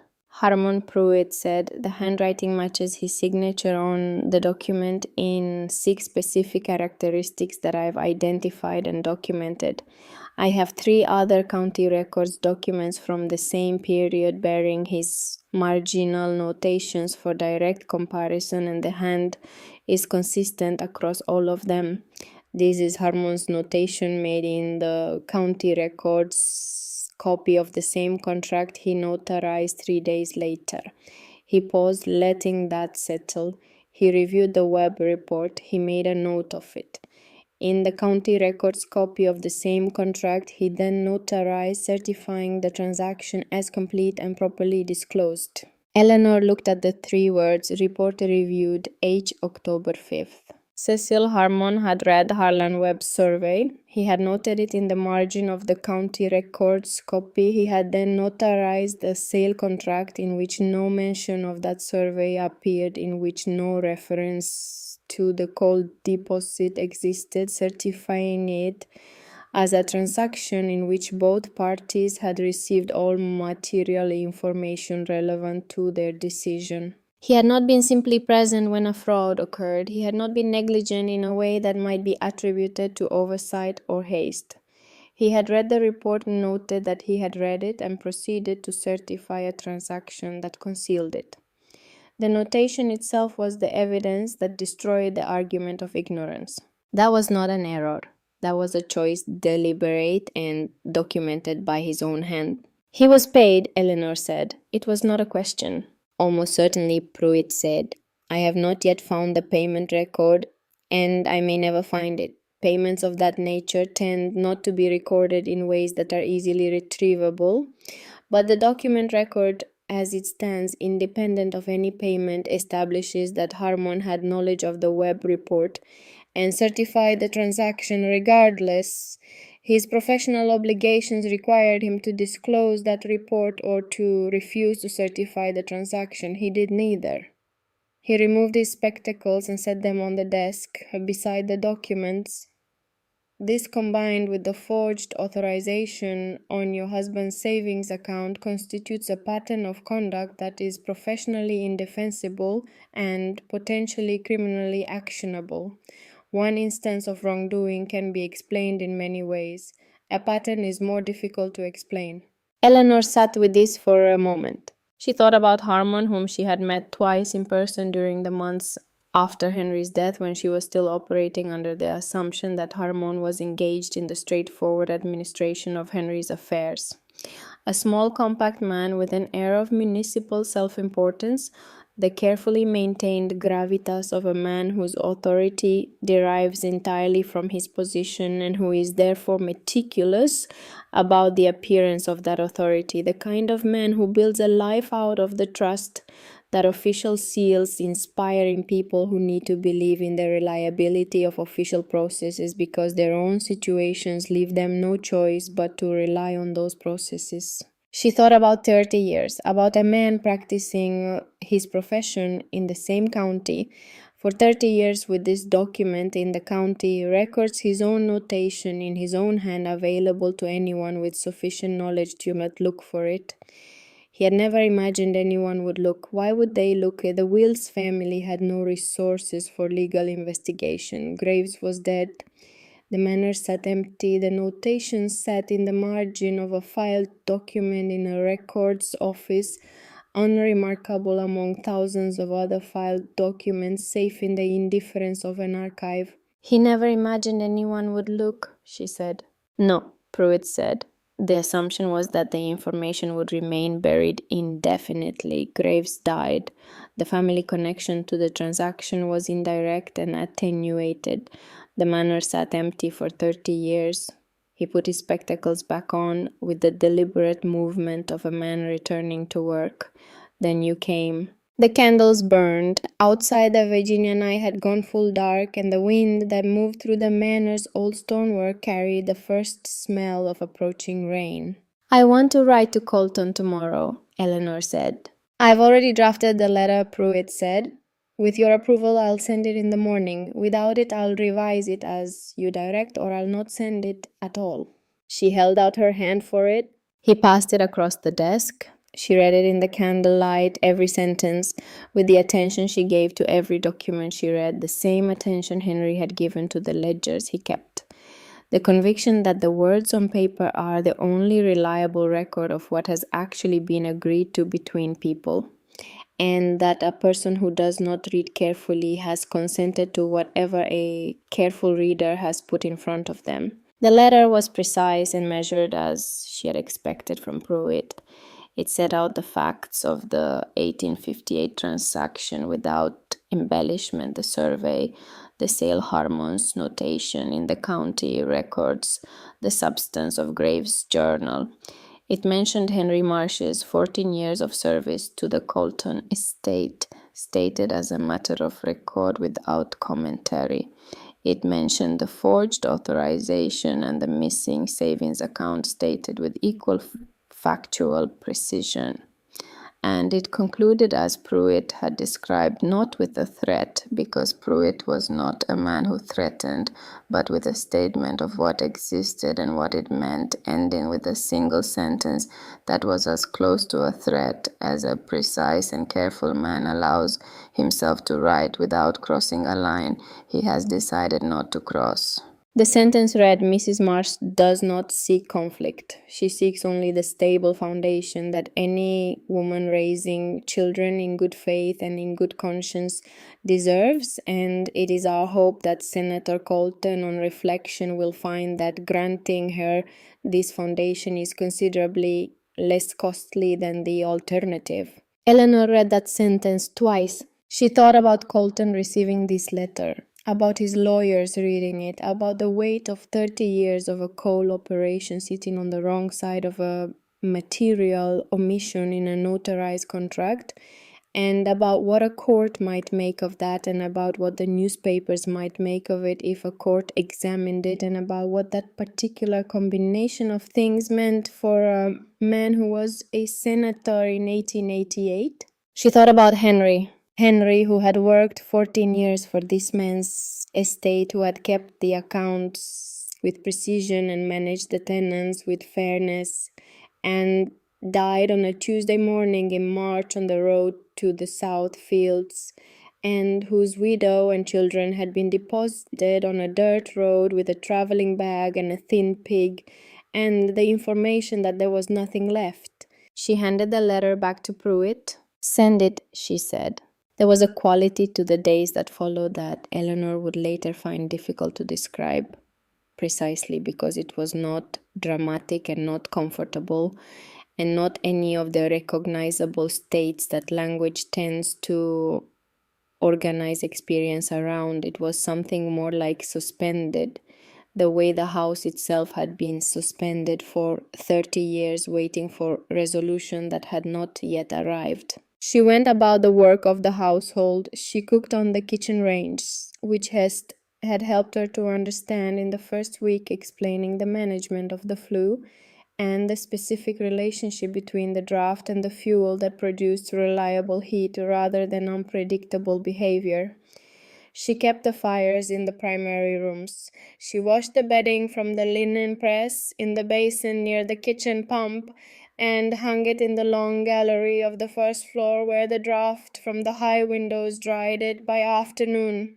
She organized the kitchen, pulling the contents of the dresser and the pantry shelves out into the light and sorting through what remained useful and what had passed beyond usefulness in the 30 years since someone had last paid attention to it.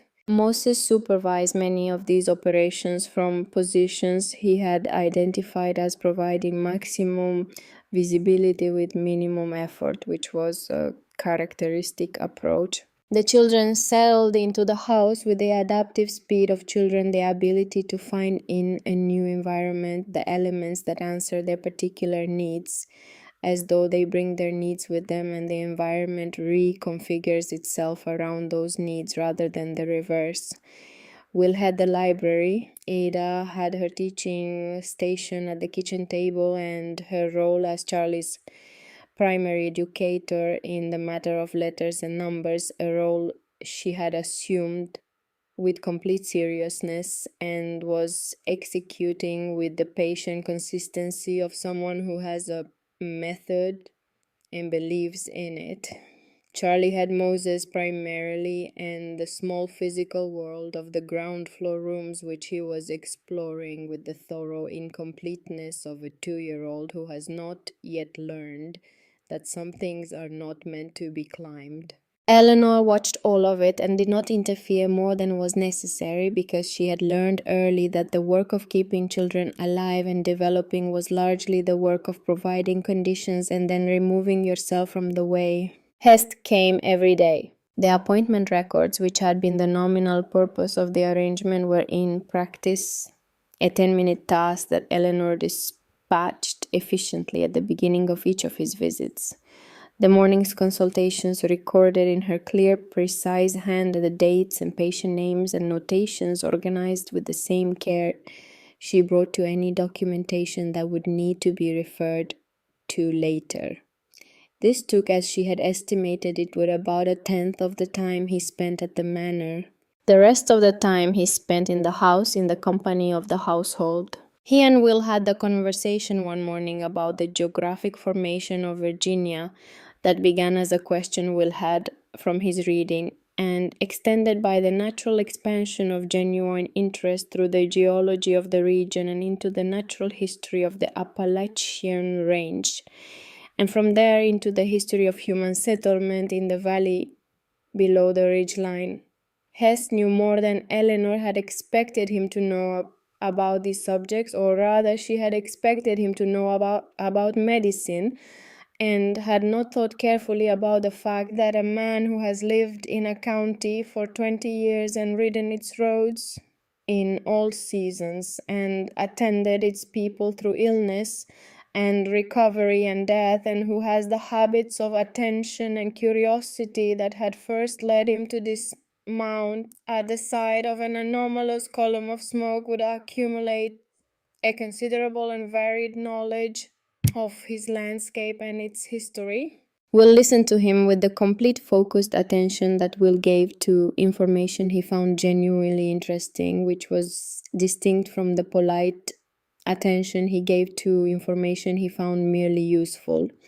And Hest appeared to find something in this conversation with an 8-year-old boy that he did not often find, or perhaps had not had occasion to look for recently, the specific pleasure of talking with someone whose interest is genuine and whose questions come from actual curiosity rather than social obligation.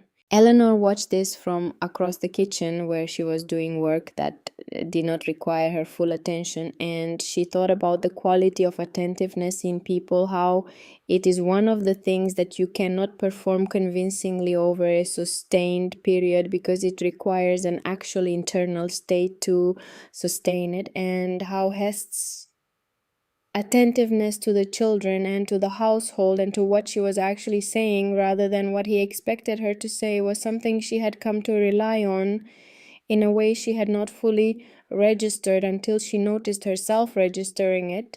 The letter reached Senator Ward Colton on a Thursday morning in late October, delivered to his Lancaster house by Pruitt's secretary, who had instructions to place it directly into the hands of the senator or his personal secretary and no one else, and who executed these instructions with the patient persistence that his employer had apparently instilled in him as professional virtue.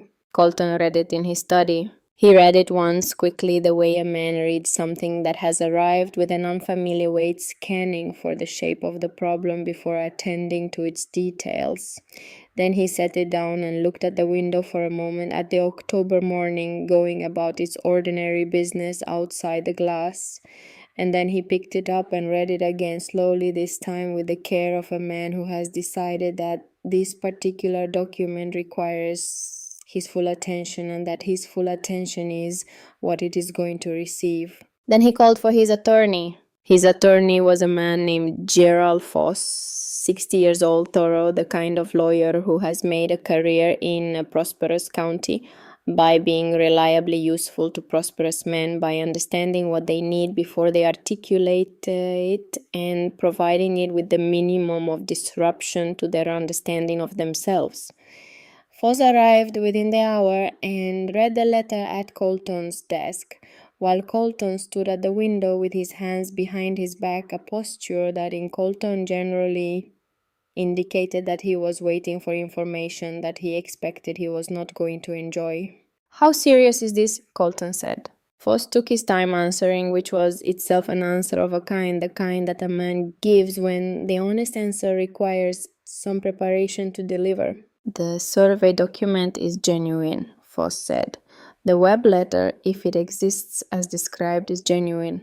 The Harmon notation in the county records is either genuine or it is not, and if it is, then we have a significant problem. He set the letter down with the deliberate care of a man setting down something that requires care. Pruitt does not make claims he cannot support. That is his primary professional characteristic and the source of his reputation. If he has put these specifics in writing and attached his name to them, he has the documents. Colton turned from the window. My father bought that land fairly. Your father bought that land legally, Foss said with a precision of distinction that Colton appeared to find unwelcome. Whether he bought it fairly is a question that depends entirely on what Graves knew and failed to disclose and what Harmon knew and failed to certify, and it appears that both of those questions have answers that are not favorable to the transaction as it occurred. A silence settled over the study. Outside, the ordinary October morning continued without apparent awareness of the weight of what was being considered inside. What are my options? Colton said. Foss looked at the letter again. The letter is careful in its construction. Pruitt is asking for the eviction to be withdrawn and for some form of provision for the widow and her children. He is not asking you to dismantle the coal operation. He is not initiating litigation at this stage. He is presenting you with information and inviting you to respond reasonably before the situation requires a less comfortable kind of response. And if I don't respond reasonably, then the information he has presented becomes the basis for a legal challenge to the original transaction. That challenge, if filed, becomes a matter of public record. It would attract attention to the circumstances of your family's acquisition of a property that has produced considerable revenue for 30 years, under circumstances that a court might characterize in ways that would be professionally and politically difficult. You are a senator, Ward. The timing is, to put it plainly, poor. Colton looked at the letter on the desk. He thought about his father, Charles Colton, who had been a man of large appetites and considerable shrewdness, who had bought land and built things and left his son a substantial inheritance and a name that meant something in Lancaster County. He had never known whether his father had suspected anything about the Graves transaction. It was not the kind of question you could ask a man who had been dead for 15 years, and even if you could have asked it, he was not certain he would have wanted to hear the answer. He thought about Silas Pruitt, whose reputation was exactly what Foss described: precise, thorough, correct.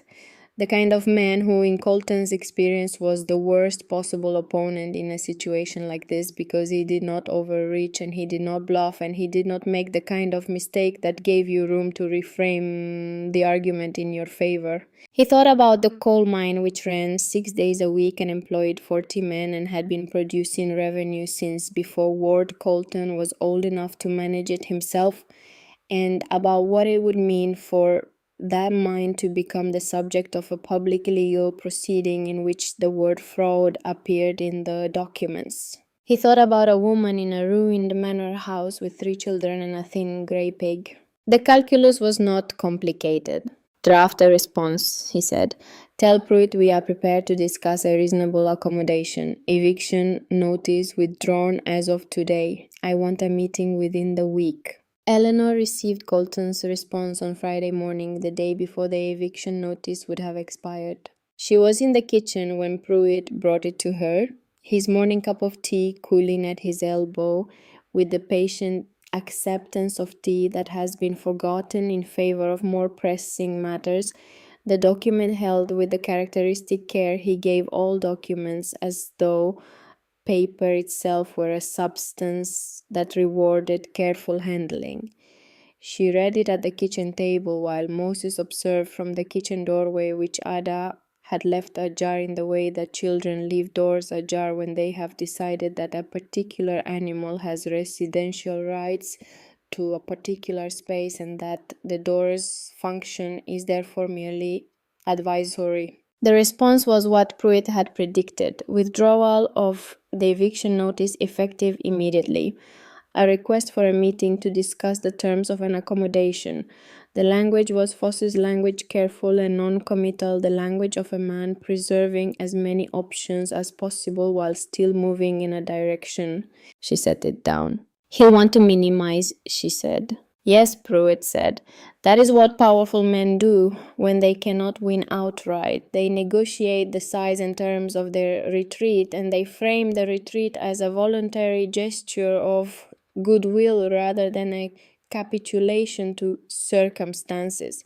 What do we ask for? Pruitt had a document in his leather case as she had expected, because Pruitt appeared to arrive at every conversation with the documents that conversation would require, which was either exceptional preparation or evidence of a man who had been doing this long enough to know how every conversation in his professional life would proceed before it did. He set it on the table beside Colton's response. It was a list. Eleanor read it carefully the way she read everything, and when she was finished, she looked at the items and thought about what each of them meant in concrete terms for the 3 children who were currently upstairs, Will in the library, Ada at her self-appointed teaching station, Charlie building something of unclear architectural purpose from the fireplace kindling. The list asked for 3 things. The first was a long-term lease on Graves Manor at a nominal rate, formal and legal, signed and witnessed before a notary, providing security of tenure that no future change of mood or circumstance on Colton's part could casually undo.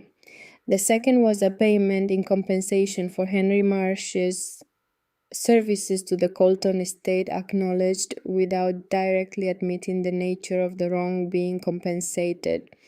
The third was a formal communication from Colton's office to the Lancaster County Notarial Association regarding Cecil Harmon's conduct in the 1858 certification. Eleanor set the list on the table. She thought about what she wanted, not what was available, not what was strategically achievable, but what she actually wanted, which was a question she had not had the luxury of considering in any sustained way for the past 18 months because the immediate demands of survival had occupied the entire space where considered wanting lives. What she wanted was for Henry to not have died on a Tuesday morning in March on the road to the Southfields. That was not available. It was the first and most significant thing on the list of what she wanted, and it was categorically unavailable, and she had known that since March of 1887 and had made her peace with it in the way that you make peace with catastrophic loss, which is to say, imperfectly and repeatedly and with varying degrees of success depending on the day. What was available was something else, a roof for her children that was hers in writing for long enough to matter, money enough to establish something real rather than to merely survive the immediate, and accountability for a man who had betrayed the trust of his professional office twice across 30 years and whose second betrayal had directly cost her family what little cushion they had. She looked at the list again. The payment, she said. The amount listed is not enough. Pruitt looked at her. What do you have in mind? Henry worked for that estate for 14 years, she said. He managed the accounts with the precision of a man who had been trained as an accountant, which he had not been. He supervised the tenant farmers with a fairness and consistency that Colton's own lawyers never found a reason to question in 14 years of annual reviews. He was paid a salary that reflected his position as an employee, not as the partner he functionally was in the daily operation of that estate. $400 is a courtesy extended to avoid a more uncomfortable conversation. It is not recognition. It is not proportional. She folded her hands on the table. $500, paid within 30 days, not in installments. Pruitt considered this briefly. He will negotiate from that figure.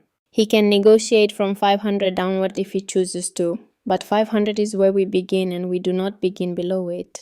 Pruitt wrote a note in the margin of his list with the small, precise movement of a man amending a working document. The Harmon matter, Eleanor said. The communication to the Notarial Association. I want that to originate from Colton's office, directly acknowledged as coming on behalf of a client who has become aware of concerns regarding the 1858 certification. If Foss writes to the association raising those concerns on Colton's behalf, that carries a weight that my complaint as an aggrieved party does not carry. An attorney representing a client with standing acknowledging professional irregularities is a different document than a widow raising a grievance. That will be the most difficult concession to obtain, Pruitt said. Colton will understand what it means for the association to receive a letter from his own attorney. I know, Eleanor said. Ask for it anyway. Everything that is available begins with asking. Pruitt looked at her for a moment with the particular expression he occasionally wore, which was not quite admiration and not quite professional assessment, but something that occupied the space between them. I'll revise the draft, he said, and go to Foss with the amended terms. The meeting between Pruitt and Colton's attorney took place the following Tuesday in Lancaster, in the offices of Gerald Foss, in a room that Eleanor had never seen and did not need to see, because she understood its dimensions well enough from the dimensions of what was at stake. Eleanor did not attend. She had considered it and had decided against it, not because she lacked the confidence or the capability, but because she understood the arithmetic of the room. Pruitt alone in that room was Silas Pruitt of Harrisburg, 62 years of legal precision and a reputation that preceded him into every space he entered and did work on his behalf before he opened his mouth. Pruitt with a client was Pruitt managing a client, which redistributed some of his attention and created opportunities for Foss to redirect the conversation, to appeal to uncertainty or to emotion, to attempt the kinds of indirect pressure that many rooms sometimes attempted with women when the direct legal argument was not going their way. Pruitt alone was the stronger position. She spent the day at Graves Manor doing the work of the day. She aired the upstairs rooms, pulling the dust sheets fully from the furniture she had been using, half-draped, shaking them out the windows into the October air and folding them into the linen press. She worked in the kitchen garden with Will, the two of them clearing the beds that Moses had somewhat pre-cleared through his own investigations, turning the soil and pulling the deep roots of 30 years of unchecked growth, preparing the ground for what it could become with attention and time. She helped Ada with the letter forms at the kitchen table, sitting beside her 6-year-old daughter and her 2-year-old son, and watching Ada's patient instruction with the quiet pride of a mother watching her child be competent and kind at the same time. She kept herself in the present tense. This was a discipline she had been practicing since March of 1887. The past was too large and the future too uncertain for sustained residence in either direction, and she had found that the management of the present, of the specific physical tasks of a specific day, was the most reliable way to occupy a mind that would otherwise circle in the territories of grief and fear that lay on both sides of now. Pruitt returned at 4 in the afternoon with the expression of a man who has been in a long and careful negotiation and has emerged with what he went in for, though not always in the exact form he intended. He sat at the kitchen table. Ada set a cup of tea in front of him with the gravity of a child performing a ceremony, and he thanked her with the formal courtesy of a man who takes children seriously, which is to say, he thanked her as he would have thanked anyone, without condescension or performative warmth. He said $450 payable within 45 days.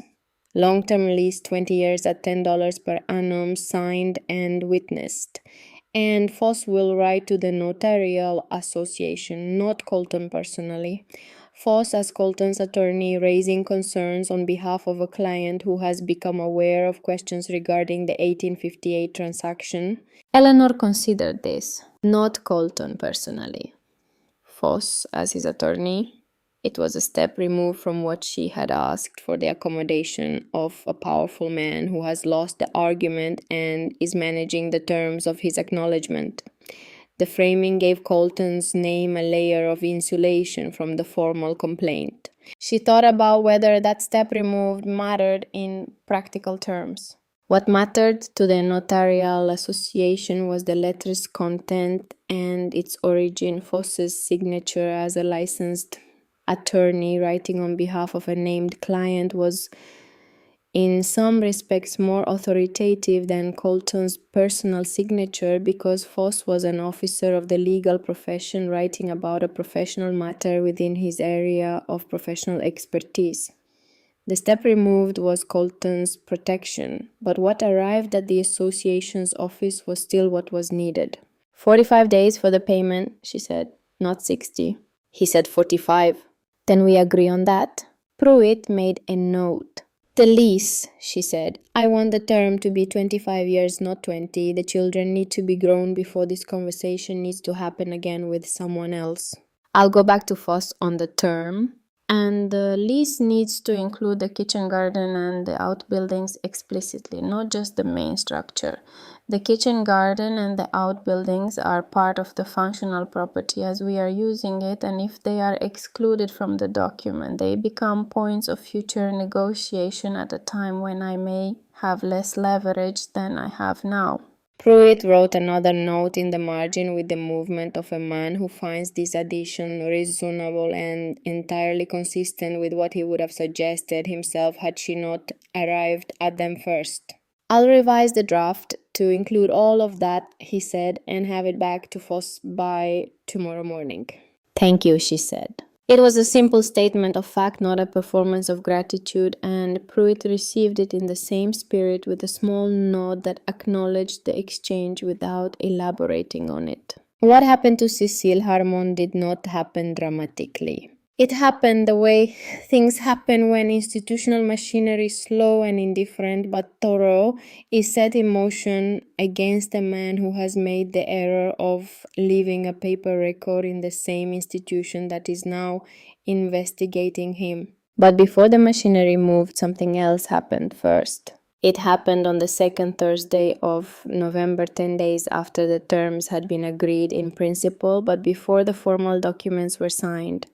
Pruitt was at the Lancaster Hotel, where he had taken a room for the duration of his work on Eleanor's matter, reviewing the lease draft that Foss had returned with several proposed modifications when there was a knock at his door. He opened it to find Cecil Harmon. Harmon was not a large man, but he had always carried himself with the particular authority of someone whose position insulated him from most of the difficulties that beset ordinary people. That authority was not present this evening. He was wearing his professional coat, but it hung differently on him than it had in court or at a desk, and his face had the particular quality of a man who has spent several weeks in a state of controlled anxiety and is now arriving at the conclusion that control is no longer sufficient. Mr. Pruitt, he said, I wonder if I might speak with you. Pruitt opened the door wider and said nothing, which was as much invitation as Harmon was going to receive. Harmon sat in the chair by the window without being offered it and looked at the documents spread on the small writing desk and seemed to be trying to determine how much Pruitt already knew. Pruitt, for his part, said nothing and waited because waiting is often the most effective interrogation technique available and costs nothing. I understand there are questions regarding certain matters, Harmon said after a silence that went on long enough to become uncomfortable. Questions that involve my professional conduct. I want to be clear that in any matter involving the Colton estate, I acted in good faith with the information available to me at the time. That is an interesting characterization, Pruitt said. I am prepared to be cooperative, Harmon said. He appeared to believe this was a concession that would be received as valuable. Cooperative in What sense? Pruitt said. In the sense of clarifying certain transactions that might otherwise be misinterpreted. Harmon appeared to be choosing each word with the care of a man navigating a field that may contain hazards.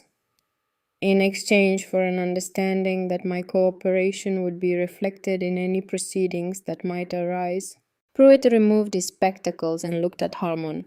I represent Mrs. Eleanor Marsh, he said. I am not in a position to offer any understanding regarding proceedings that involve institutions other than this matter. If you have information relevant to Mrs. Marsh's situation, I'll hear it.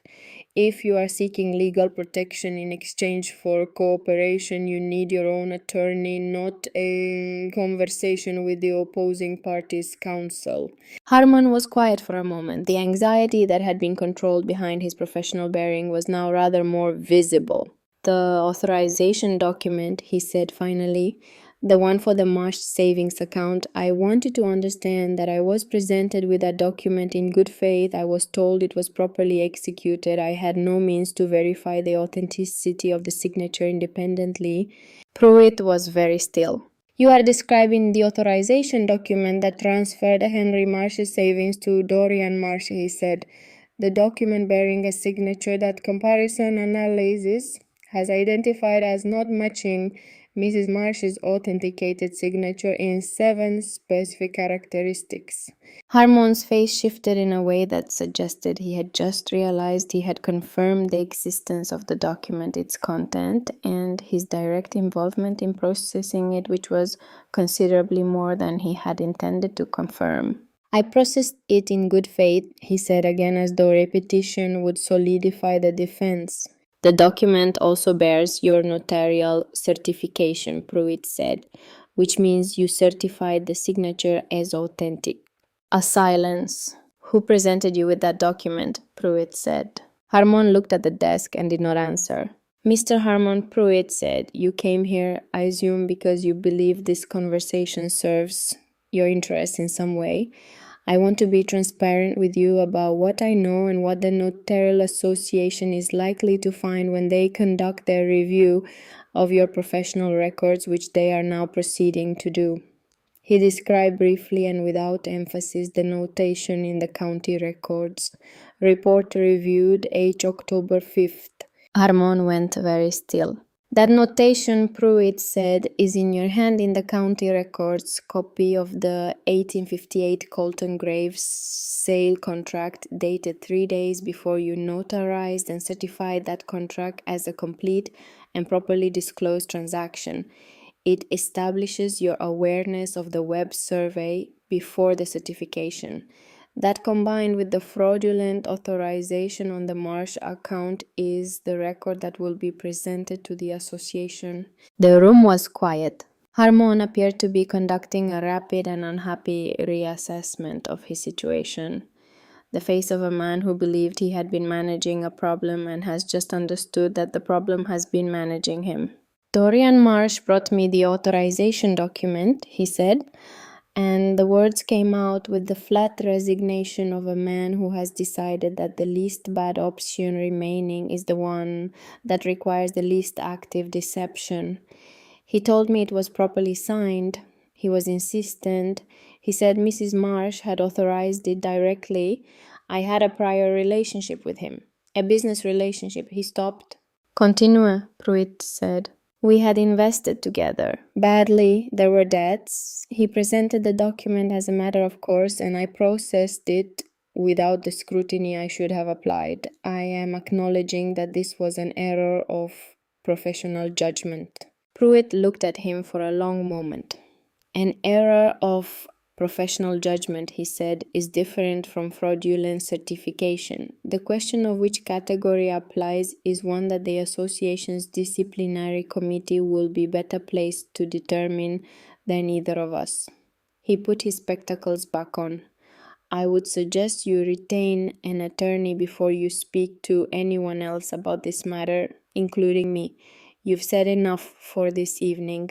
Harmon left. Pruitt sat for a moment after he was gone, then took out a fresh sheet of paper and began writing a precise and detailed memorandum of the conversation, including the direct admission that Dorian Marsh had presented the authorization document, the acknowledgement of the prior business relationship that had compromised Harmon's judgment, and the confirmation that Harmon had known what he was certifying was not properly executed. He wrote it with the care of a man who knows that what he has just witnessed will matter and that the manner of its recording will determine how much.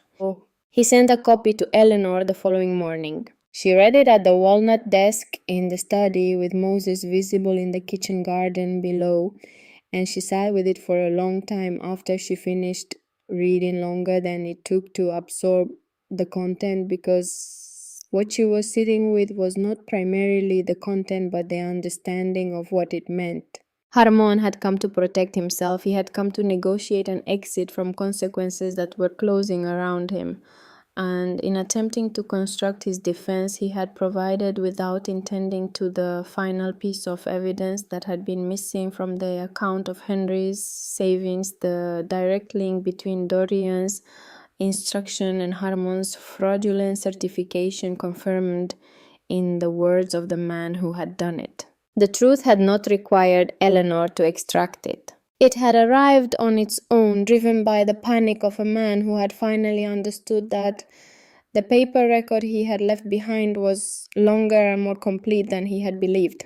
Foss's letter to the Lancaster County Notarial Association arrived at their offices on a Monday morning in late November. It was 3 paragraphs, precise and measured in the way of a document drafted by a careful attorney, raising concerns that had come to the attention of his client regarding the notarial certification of a property transaction in 1858, specifically regarding the question of whether material information relevant to the valuation of the property had been fully disclosed to both parties at the time of certification. It requested that the association conduct whatever review of the relevant professional records they deemed appropriate. The association conducted their review. They requested the county records of the 1858 transaction. They examined the notation in Harmon's hand. They cross-referenced the web letter of which Pruitt had provided them a certified copy through the appropriate channels. They found the same thing that Pruitt had found: a man who had read a survey confirming substantial mineral value, noted that he had read it, and then certified a sale contract from which that information was entirely absent. They also found in the course of their review the forged authorization on Henry Marsh's savings account. This discovery was the product of the particular thoroughness that professional bodies apply when they have decided to look at a man comprehensively, which is different from the thoroughness they apply to a single incident. They looked at the full record of Harmon's professional practice, and they found the authorization among it, filed with the other documentation of that account transaction bearing a signature. That comparison with Eleanor's authenticated signature on other filed documents, identified as not matching in 7 specific characteristics that the association's examiner documented with precision. The memorandum of Pruitt's conversation with Harmon, submitted through proper channels, confirmed the admission regarding Dorian Marsh's role, and Harmon's knowing certification of a document he had reason to question. Cecil Harmon was called before the association's disciplinary committee on a Wednesday in December. He arrived with his attorney. He left without his professional standing. The committee's decision, rendered in January of the following year, revoked his notarial license on 2 grounds: failure to ensure complete material disclosure in the notarization and certification of the 1858 Colton Graves property transaction in violation of his professional obligations, and fraudulent certification of an authorization document in connection with the estate of Henry Marsh in violation of his professional obligations and of the law. The decision was recorded in the association's minutes and was, by the nature of such decisions, a matter of permanent professional record that no subsequent action on Harmon's part could alter or expunge. Eleanor heard about it through Pruitt, who wrote her a letter from Harrisburg in his customary economy of language, saying what needed to be said and nothing beyond it. She read the letter at the walnut desk in the study that had been Edmund Graves's private room, with the morning light coming through the dusty window onto the paper, and Moses visible in the kitchen garden below, conducting his morning operations with the unhurried authority of an animal that has made complete peace with its circumstances. She held the letter for a moment after reading it. She thought about Henry, about 14 years of ledgers kept with precision and fields managed with fairness, and accounts that Colton's own lawyers had never found reason to question across 14 years of annual reviews. About a man who had done the work of an honest life and been repaid with a forged signature and an empty account and a carriage door opening on a dirt road in October. Not everything that had been taken could be returned. She was clear-eyed about that. The $450 did not represent 14 years of Henry Marsh's labor. It was considerably less than that in any honest accounting. The 25-year lease on Graves Manor was not the same as a house that was theirs by absolute right. The professional consequences for Cecile Harmon did not undo the $280 or the 18 months of difficulty and uncertainty and managed scarcity that had followed its disappearance. But it was something. It was the something that was available, which is frequently the most that the living can obtain from the accumulated weight of the past. And there was a particular honesty in accepting it as that, in neither overstating nor understating what had been achieved. She set the letter in the drawer of the walnut desk beside the remaining documents from Graves's collection, and she closed the drawer. She did not lock it. Dorian did not appear again. He simply sees the way certain problems cease, not because they have been solved, but because they have relocated to someone else's difficulty. He was not a man who confronted things. He was a man who managed them from angles and approaches, and when the angles closed and the approaches were blocked, when the comfortable space in which he operated contracted to a point where continuing to operate required more effort and exposure than he was willing to accept, he moved. Not with drama, not with confrontation. He simply relocated himself to a different geography where the conditions were more favorable and the people who knew what he had done were farther away. She heard through a distant connection, the kind of connection that exists in counties where everyone has some degree of relationship to everyone else, that Dorian had gone to Ohio sometime in November. She heard this once and then heard nothing further, which was consistent with the pattern of how Dorian moved through the world, leaving a thin trail of second-hand information and then no trail at all, like a man who has learned that the most effective invisibility is achieved simply by continuing to move. She did not pursue the matter of the forged authorization beyond Harmon's professional consequences. Pruitt had explained in one of their working conversations in the study that pursuing Dorian criminally was possible in principle, but would require assembling evidence in a form that could withstand criminal prosecution standards, which was a different and more demanding standard than the civil and professional proceedings that had already produced results. The effort required would be considerable. The outcome, even a successful outcome, would produce consequences for Dorian that would not in any practical way improve Eleanor's situation or her children's. She had considered this for 3 days with the same careful attention she gave to everything that required a decision, and then she had concluded that Pruitt was correct. What Dorian had taken from her was not only money, though the money was significant. He had taken the period after Henry's death that should have been a period of grief and the beginning of reconstruction, a time to breathe and to orient and to begin understanding what life after Henry might look like, and had turned it instead into 18 months of poverty and managed scarcity and the exhausting daily arithmetic of survival that leaves no room for anything else, He had taken the cushion that Henry's careful saving had been intended to provide, the breathing room that Henry, who had thought carefully about his family's future, even if he had not imagined the circumstances that would make it necessary, had tried to give them. She could pursue Dorian to Ohio and spend months in the legal processes that would require, and perhaps eventually recover some portion of what he owed. Or she could let him go and spend the energy he would have consumed on the life that was directly in front of her, which was becoming with each passing week something real.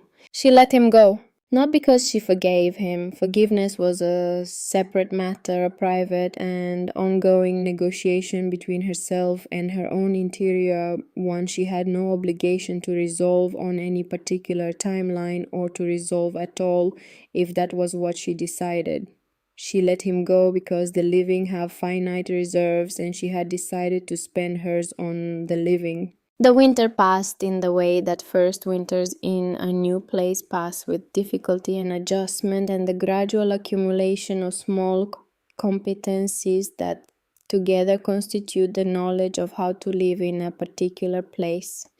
The discovery of which stone in the kitchen hearth threw the most heat into the room, which window needed its cloth packing replaced before the temperature dropped below freezing, which section of the perimeter wall needed attention before the spring rains found the gaps that the October winds had not yet found. How to manage the kitchen range's temperamental third burner, which required a specific sequence of adjustments that Hest eventually identified and executed with the quiet competence of someone who finds satisfaction in understanding how things work. Moses adapted with the equanimity that characterized him generally. He was not a pig who dramatized.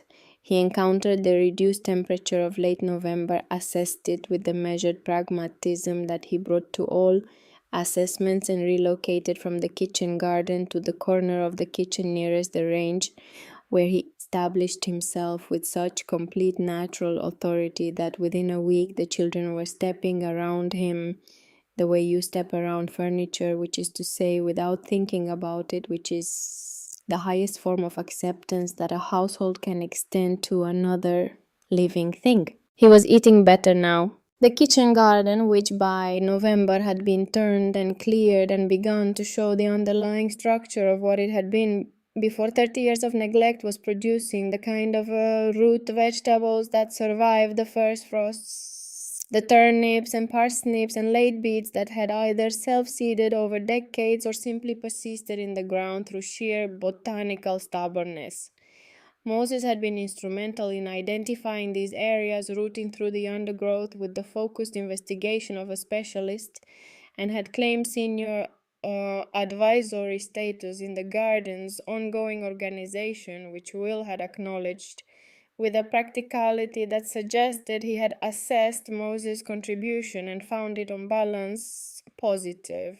Moses had gained weight steadily through the autumn. His ribs were no longer countable, his ears still draped past his jaw in the perpetually melancholic fashion that was simply his face and bore no relationship to his actual mood, but his eyes had acquired a quality that the children called contented. And Eleanor, who was perhaps the most careful observer of Moses' condition given the circumstances under which they had arrived here together, thought they were right. The $450 arrived in two payments, the first in late November and the second in December, as agreed. Eleanor put the first payment in the Lancaster Savings Bank under her own name, which was the first time she had walked into a bank not as someone making an inquiry about a situation that had left her without resources, but as a depositor. The transaction was, she found, surprisingly uncomplicated once you were the person with money rather than the person trying to locate money that had disappeared. She paid Pruitt from the first payment. He reduced his fee from what he said it should be, citing a principle about matters that had involved genuine injustice, not being purely matters of commercial exchange, and Eleanor accepted the reduction without extended argument because she had the clear sense that extended argument on this point would not change the outcome and might on the margins annoy him. She thanked him in the direct way. She thanked people when she meant it, and he received it in the direct way, and the matter was settled. The second payment she divided with the same careful discipline that Henry had applied to the money he had saved over 15 years, a portion into the bank, a portion toward the immediate practical requirements of the manor and its maintenance, and a portion set aside in a tin box in the kitchen drawer without any specific designation, because one of the things that 18 months of genuine difficulty had taught her was that unearmarked money that has not been committed in advance to any particular purpose is a form of preparedness, and preparedness was now a value she held as seriously as honesty. The lease was signed on the first day of December in the Lancaster County Courthouse in the presence of a notary who was not Cecil Harmon with Pruitt and Colton's attorney as witnesses in the formal manner of a document intended to last 25 years and to mean exactly what it said. 25 years, $10 per annum, Graves Manor, main structure, kitchen, garden, and outbuildings. Eleanor Whitmore Marsh, named lessee. Eleanor signed it with her full name in a clear and steady hand, the same hand that had held 3 children in 2 years and managed a household on diminishing means, and held a brass key in a cold sitting room and decided what to do with what the dead had left behind. Pruitt witnessed it. Gerald Foss witnessed with the expression of a man performing a professional function with which he has no personal complaint. The notary sealed it. She folded her copy and put it in the pocket of her dress and walked out of the courthouse into the cold December air and stood on the steps for a moment. The Lancaster Main Street was doing its Thursday business around her, the ordinary traffic of a county seat in the last month of the year, people moving with the purposeful efficiency of those who have things to accomplish before the weather settles in for the season. She thought about the day Dorian's carriage had rounded the bend in the road, and about the specific quality of that moment, the completeness of it, the sensation of having arrived at the bottom of something whose dimensions she could not yet measure. She had not known then how far it went, or what was at the bottom, or whether the bottom would hold. There was a bottom, and at the bottom, as it turned out, was a key. She told the children about the library that same evening at dinner, the 4 of them at the kitchen table with the range going and Moses in his corner and the candles lit against the early dark of December. She told them she had been thinking about the library upstairs, about the volumes that Will had organized and that Ada had been using for her teaching, and about the children in the village whose access to books was limited to what the county school provided, which was not extensive. The library could be used by others, she said. Will looked up from his plate with the focused attention of a person who is receiving information directly relevant to a system he has designed and maintains. By children from the village, she said, 2 mornings a week perhaps, with someone to supervise the use of the materials. Will consider this with the gravity of someone evaluating a proposal that bears on an organizational system he takes seriously. I'd need a proper borrowing register, he said, not just the sheet I've been keeping. A bound book with columns, date borrowed, date of expected return, date of actual return, condition of volume at borrowing and return. That seems entirely reasonable, Eleanor said. And rules posted, he said, about the condition in which books must be returned. Specific rules, not general ones. Also reasonable. Ada had her spoon suspended halfway to her mouth, the spoon forgotten in the more pressing matter of this new information. Could I still teach the younger ones, she said, the letters and numbers like I do with Charlie? That would be the primary purpose, Eleanor said. Ada set down her spoon with the deliberate movement of a person who has received news that requires a moment of proper acknowledgement. Charlie, who was 2.5 and had been following the conversation with the concentrated incomprehension of someone who understands tone and emotional register without content, concluded from the tonal evidence that something good had been decided and applied himself to his dinner with renewed enthusiasm. Moses from his corner breathed a long, slow breath that suggested either deep contentment or the approach of sleep. The library opened on the second Tuesday of January 1889. 11 children came the first morning, ranging from 5 to 12 years old, delivered by parents who had received Eleanor's handwritten notice with varying degrees of enthusiasm and had been persuaded by their children's insistence to bring them anyway. Will had the borrowing register ready, a proper bound book from the Lancaster stationery columns ruled in his neat, careful hand with the precise spacing of someone who has given thought to how the information should be organized for future reference. Ada had arranged the low chairs near the window where the morning light was best, and had laid out the hearthstone and charcoal for the younger children with the preparation of someone who has been planning this since December. Moses was in his customary corner of the kitchen, visible through the open kitchen door.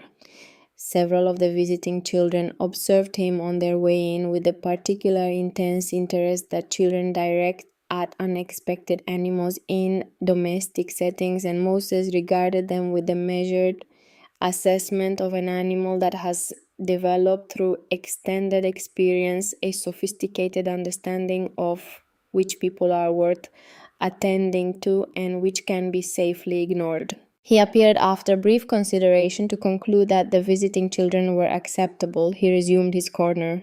By February 17, children were coming on the library mornings.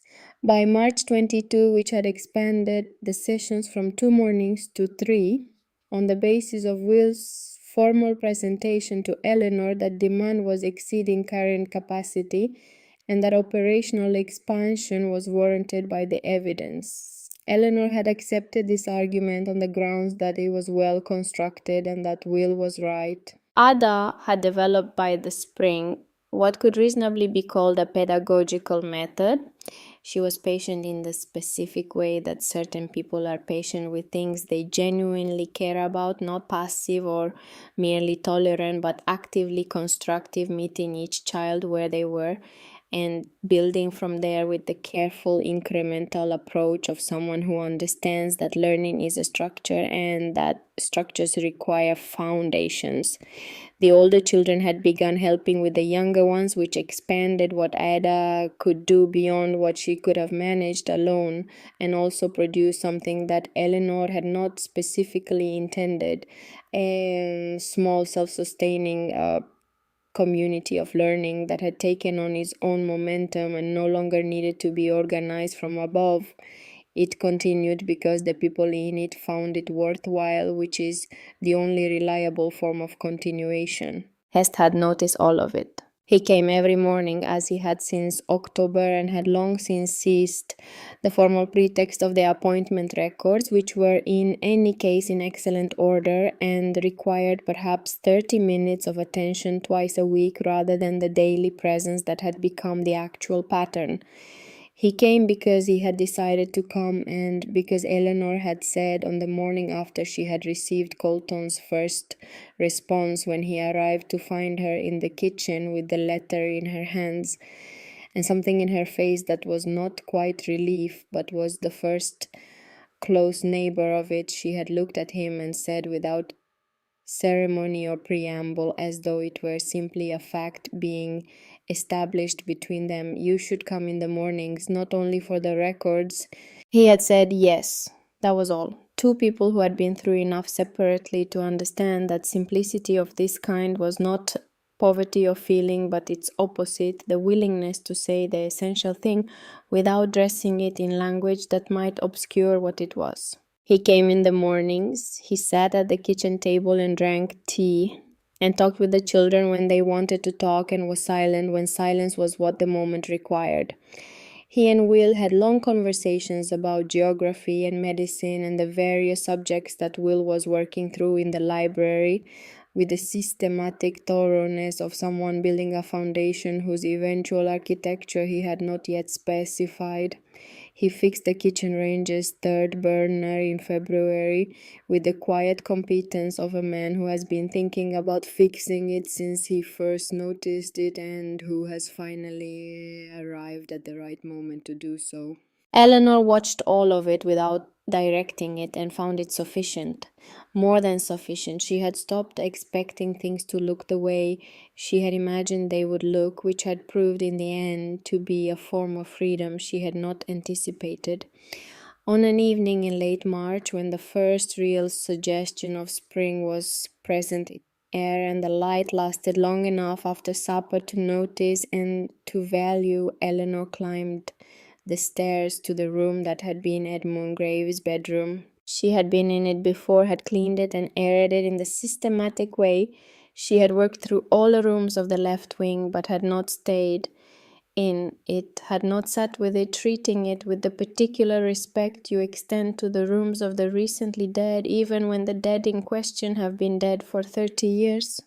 There is something about a room that was someone's private space where they slept and thought and existed in the most unobserved way that a person exists, that commands a different quality of attention than the common rooms of a house. She sat on the edge of the bed. She had the brass key in her hand. She sat there for a while with it in the quiet of the room, in the last light of the March evening coming through the window, the specific quality of late March light that carries the first real warmth of the year, the light that has been absent long enough that you notice its return as a distinct thing rather than simply the ordinary condition of the day. She let herself think about Henry. This was something she did deliberately and carefully at chosen moments, because thinking about Henry had the quality of something that could expand to fill all available space if she allowed it to proceed without boundaries. The grief and the gratitude and the anger at the randomness of it all existing simultaneously, several chords sounding at the same time in different registers. She had learned to make room for it at particular moments rather than letting it be present at all moments, which would have made it impossible to be present for anything else. She thought about what Henry would make of this room, of this house, of the 6 months that had passed since that October road.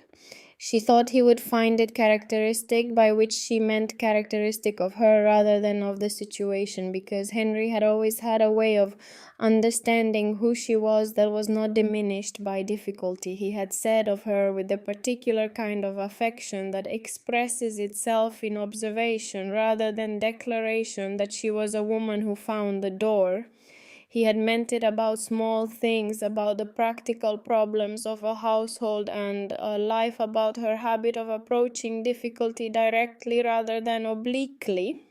He had not imagined when he said it that she would need to find a door in circumstances like these, but the ability to find doors had been, it turned out, exactly what these circumstances required. She thought about Edmund Graves. She had been living in his house long enough now, sleeping in rooms where he had slept, sitting at the desk where he had written, reading and rereading his precise, guilty, honest words, to have developed something that was not quite sympathy and not quite forgiveness, but occupied the territory between them. Understanding, perhaps. The understanding that a person can be intelligent and cowardly in equal measure, can make a wrong choice and know it and live inside that knowledge for the remainder of his life, and can still in the end find the courage for a smaller and different kind of honesty, the honesty of writing it down. It was not the courage of action, it was the lesser courage of record, but it was what he had and it was what he had offered, and it had been, as it turned out, exactly enough for someone who came after him with the right circumstances to use it. She thought about the difference between guilt and shame, which was something she had turned over many times in the months since she had first read Graves' journal. Guilt says, I did something wrong. Shame says, I am something wrong. The difference matters because guilt can be addressed, can be examined and named and set down somewhere that is not inside the person who carries it. It can be left in a drawer with a key on the mantelpiece. shame simply accumulates. She did not know which of the two graves had carried through his final years in this empty house. She suspected from the evidence of the journal that it had been both. She stood up and crossed to the mantelpiece and set the brass key on it in the center, in the position where she had found it, or as close to that position as she could estimate. She looked at it for a moment, the small green weight of it, the leather tag with its faded ink, the particular quality it had of a thing that has been exactly where it needed to be, waiting with the complete patience of an object for exactly the person who would need it. It had been useful, it could rest now. From below came the sounds of the house in the evening, the specific familiar sounds that a house makes when it is being lived in by people who have found their way into it and made it theirs. Will's voice from the library, reading aloud to himself in the low, steady rhythm of a boy working through a difficult passage, finding the words with the concentrated effort that will eventually become ease. Ada's voice answering something Charlie had asked, patient as always, the same quality of patience she brought to the library mornings. The patience of someone who finds something genuinely interesting in the work of helping understanding arrive. The domestic percussion of the kitchen in the evening, the range, the pot, the chairs adjusting as Moses shifted in his corner with the small sounds of an animal that has found its place and settled into it completely. Underneath all of it, like a low note held beneath a melody, the comfortable, settled breathing of Moses, a sound so thoroughly woven into the fabric of the household now that Eleanor was no longer certain she was consciously aware of it until it was present, at which point she became aware of it as something she would notice in its absence, which is the truest measure of how completely a thing has become part of what you depend on. She did not move for another moment. She stood in the room of a dead man who had left her a key in a house that was hers for 25 years in a county where the truth had found its way out of a locked drawer and through a professional disciplinary proceeding and into the formal record. And she thought about what it costs to stand on a dirt road in October with nothing and to simply not sit down. Not to be heroic, not to have a plan, not to possess the extraordinary strength that stories about women in difficulty sometimes require, as the premise of the story strength as a special condition rather than as a practical necessity, but simply to stand up and walk toward the only available direction and keep walking until something real appeared. That was what she had done. She had walked north 3 miles on a dirt road in October with 3 children and a thin grey pig, and she had found a house with a key on a mantelpiece and a dead man's honest account of what he had done. And she had read it carefully and understood what it meant and decided what to do with it, and she had done it. That was the whole of it. It was sufficient. She turned away from the mantelpiece and left the key where it was. She went downstairs to her children and her household and the man who came in the mornings, and she walked into the sound of the living, which was the only sound that had ever really mattered, the only sound that continues and changes and accumulates into something recognizable as a life. Moses opened one eye when she came into the kitchen. He regarded her for a moment with that ancient, patient, knowing expression of his, the expression of a creature who has survived considerable difficulty by declining to be surprised by it and by maintaining through the worst of it a practical orientation toward the next available meal and the nearest available warmth. He had come 3 miles on a dirt road in October, and he had arrived somewhere that suited him, and he had settled in with the complete thoroughness of an animal that does not revisit decisions once made. Then he closed his eye again and returned to wherever it is that pigs go when they are comfortable and warm, and the long, difficult road behind them has become at some unmarked point in the recent past simply the road they came from. The fire burned, the evening settled into the rooms and the walls and the old stones of Graves Manor which was theirs. Outside, the Virginia spring was proceeding with its quiet, indifferent, beautiful work in the kitchen garden and in the returning grass along the perimeter wall and in the bare branches of the trees along the north road that were not yet but would very soon be full of leaves, the ordinary and relentless continuation of things that continue regardless of what has happened to the people in their vicinity, the world's most reliable form of consolation. And inside the manor, in the rooms that had been closed for 30 years and were now open and lit and warm and full of the noise of people living in them, the sound of a family being a family rose and fell in the evening air, ordinary and sufficient and real, and it was enough and it was theirs and it was enough. There was something she had not expected about the spring. She had expected practical improvement, the return of light, the expansion of the kitchen gardens, productive capacity, the reduction in the fuel requirements that had made the winter months a constant arithmetic of what could be burned against what needed to be conserved. These things came as expected, and she received them with the straightforward gratitude of a person who has spent a winter being very specific about what she was grateful for. What she had not expected was the quality of change in the house itself, the way Graves Manor in March and April was a different building from the one she had entered in October. This was not entirely attributable to the physical changes she and the children and Hest had made to it over the winter, the repaired windows and the cleaned chimneys and the reorganized kitchen and the library brought back to use. It was something less tangible than that, something that had to do with the accumulation of lived time in the rooms, the way habitation leaves a trace in a space that is not visible but is present, the way a room where people have been happy or have struggled or have grown has a different quality than a room where nothing has happened. Things had happened in this house over the winter.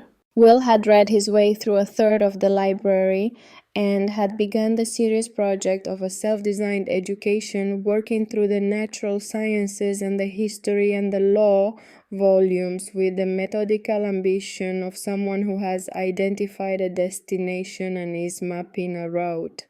He had in January read the entirety of a volume on Virginia property law that Graves had apparently acquired for reasons that the journal did not specify, and had come to Eleanor with a series of questions about the Colton transaction that where she found when she answered them genuinely informed questions that arose from actual understanding rather than the approximate comprehension that children sometimes present as understanding. He was 8 years old and he understood the basic legal concept of material omission in a property transaction, and he understood it because he had read about it and thought about it and applied it to a specific situation, which was the only reliable way that understanding is achieved at any age. Ada had become, by February, the kind of teacher that the children of the village were reluctant to miss. Their parents had reported this to Eleanor with the specific surprise of adults who had not anticipated that a 6-year-old girl, even a precociously serious one, could produce educational results in children who had not particularly wanted to be educated. Ada had not produced these results by being strict or by being entertaining or by any of the conventional mechanisms of pedagogy. She had produced them by being genuinely interested in whether each child understood what she was explaining, and by being willing to explain it differently if the first approach did not achieve understanding, which is not a common quality in any teacher at any age. Charlie had grown considerably over the winter, the way very small children grow when they are fed regularly and warm and surrounded by people who attend to them, the kind of growth that happens quietly and is only apparent in retrospect when you notice that the child who used to fit under the kitchen table now walks past it without ducking. And Moses had become by spring something he had not been on the October road, a pig of presence and substance, solid and unhurried, moving through the kitchen garden with the authority of a creature that understands itself to be exactly where it belongs. his ears still draped past his jaw. His eyes still carried their ancient and knowing expression, the expression of an animal that has processed a great deal of human behavior and found it interesting, if not always admirable. But he moved now with a settled weight to him, a physical centeredness that the thin grey pig on the road had not possessed. Eleanor thought sometimes about Moses on the road that October morning when the carriage disappeared, and she had turned and found him looking at her with his small dark eyes, the wind in the dead leaves, the three children holding the edges of her dress. She thought about what it had meant to take him by his rope and start walking, the simplicity of it, the absence of any better option, making the choice perfectly clear. She had learned something about choice in the months since then, about the difference between the choices that look like choices, the ones with multiple visible options that require weighing and comparison and risk assessment, and the choices that are not quite choices in that sense, where one direction is simply where you go because there is no other direction that makes sense, and you go there not from the strength of knowing what you want, but from the clarity of having nothing to lose. Those are the choices that change things, not because they are made well, but because they are made at all, because the person makes them and keeps moving. She had kept moving. And here on the other side of an October road and a winter in an old stone house and a brass key and a dead man's honest account and a 62-year-old attorney from Harrisburg was spring in the kitchen garden and the sound of children in the library and Moses moving through the turned beds with the confidence of an animal that has found its territory and intends to keep it. There was one morning in April that she held apart from the others afterward, not because it was particularly eventful, but because of the specific quality of its ordinariness, the way it assembled all the elements of her current life in one brief scene and allowed her to see them all at once. Moses had gotten into the sitting room. This was not unprecedented. Moses had a long-standing interest in the sitting room, specifically in the large hearthstone rug, which had a texture that he appeared to find satisfying to stand on, and he had on several occasions navigated from the kitchen through the ground floor corridor into the sitting room with the focused intention of an animal that knows what it wants and sees no reason to be deterred by the inconvenience to others. On this particular morning, Ada had left the kitchen door open in the way that Ada always left the kitchen door open when she had made up her mind that Moses had a right to be wherever he chose to be, and Moses had taken the opportunity. By the time Eleanor came down from upstairs, Moses was in the center of the sitting room, standing on the hearthstone rug with the settled contentment of an animal that has arrived at its preferred location and has no immediate plans to depart. Will and Ada were in the room attempting to encourage his return to the kitchen through a combination of suggestions and gentle physical guidance, neither of which Moses was acknowledging as relevant to his current situation. Charlie was seated on the floor near Moses and was engaged in what appeared to be a serious one-sided conversation with him, addressing him in the same patient, deliberate tone that Ada used when teaching, as though Charlie was applying the pedagogical method he had observed to the situation of an uncooperative pig. Moses was not paying attention to any of it. He was standing on his rug with his eyes half closed and his ears draped past his jaw, and his long grey body entirely relaxed, the complete embodiment of an animal that has found exactly what it was looking for and considers the matter settled. Eleanor stood in the doorway and looked at the scene, her three children arranged around a pig in the sitting room of an old stone manor house in Virginia, the morning light coming through the tall windows onto the worn floor, the portraits of the Graves family looking down from the walls with their neutral Victorian expressions at this scene that was certainly not what anyone had anticipated when they were painted. She laughed. It was a full, unguarded laugh, the kind that arrives before you have time to manage it, and it filled the room, and the children looked at her, and Will's expression shifted from the studied gravity of someone engaged in a livestock management problem to something that was its own version of the same laugh, and Ida's face broke into the wide, uncontrolled smile that she generally kept in reserve for moments when the world was definitively funnier than expected. And even Charlie, who did not fully understand what was funny but understood that something was contributed, a sound of general enthusiasm from his position on the floor. Moses opened one eye, assessed the situation, and closed it again. Hest arrived at the front door 20 minutes later and found the sitting room still in session, Moses still on his rug, the children now engaged in the secondary project of making him comfortable in his chosen location rather than removing him from it.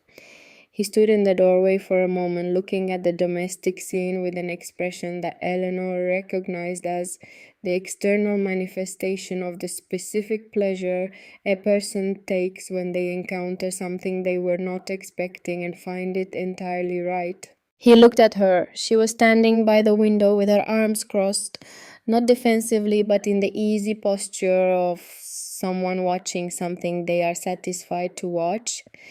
He got in again, she said. I can see that, he said. He likes the rug, apparently. They stood for a moment in the comfortable silence of two people who have reached, without any formal discussion, the point at which the silence between them does not require feeling. Tea at 8, she said. It was what she always said, and he always came, and it was always enough, which was the particular form of sufficiency that Eleanor had decided was the right form for this specific situation at this specific point in her life. Not more than she had asked for, not less than she needed, exactly what was available and what she had chosen. She went to make the tea. Moses stayed on his rug.